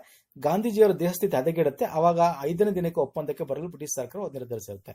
ಸೊ ಈಗ ಅಂಬೇಡ್ಕರ್ ಒಪ್ಕೊಂಡಾಗ ಏನಾಗುತ್ತೆ, ಆ ಒಂದು ಇದನ್ನು ಬ್ರಿಟಿಷ್ ಸರ್ಕಾರಕ್ಕೆ ತಿಳಿಸ್ತಾರೆ. ಅವಾಗ ಅವರು ಓಕೆ ಅಂತ ಫೈನ್ ಮಾಡಿ 1935 ನೆಕ್ಸ್ಟ್ ನಿಮಗೆ ಮಧ್ಯಂತರ ಸರ್ಕಾರ ಬರ್ತಕ್ಕಂಥದ್ದು. ಸೊ ಅದರಲ್ಲಿ ಏನು ಮಧ್ಯಂತರ ಸರ್ಕಾರದಲ್ಲಿ ಏನಾಗುತ್ತೆ, ಬರ್ತಾರೆ ಈ ಒಂದು ಈ ಏನು ಇದಿಟ್ಕೊಂಡಿರ್ತಾರಲ್ಲ, ಅಂದ್ರೆ ಪ್ರಿಸರ್ವೇಷನ್ ನ ಒಂದಷ್ಟು ಸೀಟ್ಗಳು ಮಾತ್ರ ಬಿಡುಗಡೆ ಕೊಡ್ತಕ್ಕಂಥದ್ದು. ಸೊ ಇದು ಪ್ರಮುಖವಾಗಿರ್ತಕ್ಕಂಥ. ಇದು ನೆಕ್ಸ್ಟ್ ಕ್ವಿಟ್ ಇಂಡಿಯಾ ಚಳವಳಿ ಬರುತ್ತೆ. ಕ್ವಿಟ್ ಇಂಡಿಯಾ ಚಳವಳಿ ಆದ್ಮೇಲೆ ನಾನು ನಿಮಗೆ ಅದನ್ನ ಎಕ್ಸ್ಪ್ಲೇನ್ ಮಾಡಿದೆ. ಕ್ವಿಟ್ ಇಂಡಿಯಾ ಚಳವಳಿ ಆದ್ಮೇಲೆ ಏನಾಗುತ್ತೆ ಅಂದ್ರೆ ನಿಮಗೆ ಕ್ರಿಪ್ಸ್ ಪ್ರಸ್ತಾವನೆ ಬರುತ್ತೆ. ಕ್ರಿಪ್ಸ್ ಏನ್ ಬರ್ತಾನೆ, ಅವ್ರಿಗೆ ಹೆಂಗ್ ಕೊಡಬೇಕು, ಏನು ಮಾಡಬೇಕು, ಅಂದ್ರೆ ಈ 2ನೇ ಮಹಾಯುದ್ಧ ಬಂದಿರುತ್ತಲ್ಲ, ಆ ಟೈಮಲ್ಲಿ ಕ್ರಿಪ್ಸ್ ಬರ್ತಾನೆ. ನಾನು ಹೇಳ್ತೀನಿ, ಪೂರ್ಣ ಒಪ್ಪಂದದ ಮುಖ್ಯಾಂಶಗಳನ್ನ ತಿಳ್ಕೊಂಬೋಣ, 3ನೇ ದಂಡು ಪರಿಷತ್ತನ್ನು ಕೂಡ ತಿಳ್ಕೊಂಬೋಣ, ಆಮೇಲೆ ಕ್ರಿಪ್ಸ್ ವೇವಲ್ಸ್ ಬಗ್ಗೆ ನಾನು ನಿಮಗೆ ಎಕ್ಸ್ಪ್ಲೇನ್ ಮಾಡ್ತೀನಿ. ಸೊ ಪೂರ್ಣ ಒಪ್ಪಂದದ ಮುಖ್ಯಾಂಶ ನೆಕ್ಸ್ಟ್ ಏನಾಗುತ್ತೆ ಅಂದ್ರೆ, ದಲಿತರಿಗೆ ಪ್ರತ್ಯೇಕ ಚುನಾವಣಾ ವ್ಯವಸ್ಥೆ ಬರೋದು, ಹೆಚ್ಚಿನ ಕ್ಷೇತ್ರಗಳು ಮತೀಯ ಕೊಡುಗೆ ಇಲ್ಲದೆ 71 ಸದಸ್ಯರ ಬದಲು 148 ಕೊಡ್ತಾರೆ. ಅಂದ್ರೆ 71 ದಲಿತರೇ ವೋಟ್ ಮಾಡಿ ದಲಿತರೇ ಬರ್ಬೇಕು ಅಂತಿರೋದನ್ನ ಏನು ತೆಗೆದಾಕ್ಬಿಟ್ಟು 148 ಸದಸ್ಯರಿಗೆ ಆಯ್ಕೆಗೆ ಅವಕಾಶ ಕೊಡ್ತಾರೆ. ಅದು ಎಲ್ಲರೂ ಸೇರಿ ವೋಟ್ ಹಾಕಂತದ್ದು, ಅಂದ್ರೆ ರಿಸರ್ವೇಶನ್ ಅಷ್ಟೇ. ಪ್ರತ್ಯೇಕ ಚುನಾವಣಾ ಇದಿರಲ್ಲ. ಕೇಂದ್ರ ಸರ್ಕಾರ ಶಾಸಕಾಂಗದಲ್ಲಿ 18 ಸ್ಥಾನ ದಲಿತರ ವರ್ಗಕ್ಕೆ ಮೀಸಲಿಡ್ತಾರೆ. ಸ್ಥಳೀಯ ಸಂಸ್ಥೆಗಳು ಮತ್ತು ಸಾರ್ವಜನಿಕ ಸೇವೆಗಳು ದಲಿತರಿಗೆ ಅಗತ್ಯ ಪ್ರಾತಿನಿಧ್ಯ ಕೊಡ್ತಾರೆ. ವಿದ್ಯಾಭ್ಯಾಸಕ್ಕೆ ಆರ್ಥಿಕ ನೆರವು ಕೊಡೋದು, ಇದೆಲ್ಲ ಈ ಒಂದು ಮತೀಯ ಕೊಡುಗೆ ಪುನಃ ಒಪ್ಪಂದದ ಪ್ರಕಾರ ಒಪ್ಕೋತಾರೆ. ಸೊ ಇದು ಏನಾಗುತ್ತೆ ಅಂದ್ರೆ ಬರೀ 5 ರಿಂದ 10 ವರ್ಷದ ತನಕ ಮಾತ್ರ ಅಂತ ಒಪ್ಕೊಂಡಿರ್ತಾರೆ. ನೆಕ್ಸ್ಟ್ 3ನೇ ದುಂಡು ಮೇಜಿನ ಸಮ್ಮೇಳನ ನಡೆಯುತ್ತೆ. 1932 ನವೆಂಬರ್ 17 ಲಂಡನ್ನಲ್ಲಿ ಆರಂಭವಾದ ಈ ಸಭೆಯಲ್ಲಿ 2ನೇ ದುಂಡು ಪರಿಷತ್ತಿನ ಯಾವುದೇ ಫಲಕಾಣದ ಹಿನ್ನೆಲೆಯಲ್ಲಿ ಕರೆಯಲಾಗಿರುತ್ತೆ. ಭಾರತ ರಾಷ್ಟ್ರೀಯ ಕಾಂಗ್ರೆಸ್ ಮತ್ತು ಬ್ರಿಟಿಷ್ನ ಲೇಬರ್ ಪಕ್ಷದ ಪ್ರತಿನಿಧಿಗಳು ಇದರಲ್ಲಿ ಭಾಗ ವಹಿಸಿರಲಿಲ್ಲ. ಅಂದ್ರೆ ಕಾಂಗ್ರೆಸ್ ಕೂಡ ವಹಿಸಿರಲಿಲ್ಲ. ಬ್ರಿಟಿಷ್ ಅಧಿಕಾರಿಯನ್ನು ಒಪ್ಪಿಕೊಂಡವರಿಗೆ ಮಾತ್ರ ಈ ಸಭೆಗೆ ಆಹ್ವಾನ ನೀಡಲಾಗಿತ್ತು. ಭಾರತ ಸಂವಿಧಾನಾತ್ಮಕ ಸುಧಾರಣೆ ಮುಖ್ಯ ಗುರಿಯನ್ನಾಗಿ ಇಟ್ಟುಕೊಂಡಿದ್ದ ಈ ಸಭೆ ಹಿಂದಿನ ಪ್ರಧಾನಿ ಮ್ಯಾಕ್ಡೊನಾಲ್ಡ್ ನೀಡಿದ್ದ ಮತೀಯ ಕೊಡುಗೆಯ ಬಗ್ಗೆ ಅದಕ್ಕೆ ತರಲಾದ ಕೆಲವು ತಿದ್ದುಪಡಿಗಳನ್ನು ಮಾಡಿ ಚರ್ಚಿಸುತ್ತಾರೆ. ಪ್ರಧಾನಿ ಚರ್ಚಿಲ್ ಭಾರತ ಸ್ವಾತಂತ್ರ್ಯಕ್ಕೆ ಸಂಬಂಧಿಸಿದ ಯಾವ ಮಹತ್ವವಾದ ನಿರ್ಣಯವನ್ನು ನೀಡಲಿಲ್ಲ. ಅಂದ್ರೆ ಇಲ್ಲೂ ಕೂಡ ಸ್ವತಂತ್ರ ಪೂರ್ಣ ಸ್ವರಾಜ್ ಕೊಡಬೇಕು ಅಂತೇಳಿ ಯಾವುದೇ ಒಂದು ನಿರ್ಣಯ ನೀಡಿರಲ್ಲ. ಸೊ ಅವಾಗ್ಲೇ ಏನಾಗುತ್ತೆ, ಕ್ವಿಟ್ ಇಂಡಿಯಾ ಚಳವಳಿ ಬರೋದು. ಕ್ವಿಟ್ ಇಂಡಿಯಾ ಚಳವಳಿ ನಾನು ಆಲ್ರೆಡಿ ಹಿಂದೆ ಎಕ್ಸ್ಪ್ಲೇನ್ ಮಾಡಿದ್ದೀನಿ ಏನೇನಾಗುತ್ತೆ, ಎಲ್ಲೆಲ್ಲ ಏನೇನು ಮಾಡ್ತಾರೆ ಅಂತ. ಈ ಕ್ವಿಟ್ ಇಂಡಿಯಾ ಚಳವಳಿ ಆದ್ಮೇಲೆ ಏನಾಗುತ್ತೆ ಅಂದ್ರೆ ನಿಮಗೆ ಕ್ರಿಪ್ಸ್ ಪ್ರಸ್ತಾವನೆ ಬರುತ್ತೆ. ಅವನು ಬರ್ತಾನೆ, ಹೆಂಗ್ ಕೊಡಬೇಕು ಇವ್ರಿಗೆ, ಸೊ ಯಾವ ರೀತಿ ಇದು ಮಾಡಬೇಕು ಪ್ರಸ್ತಾವನೆಗೆ ಅಂತ ಬರ್ತಾನೆ. ಅದು ಕೂಡ ಆಗಲ್ಲ.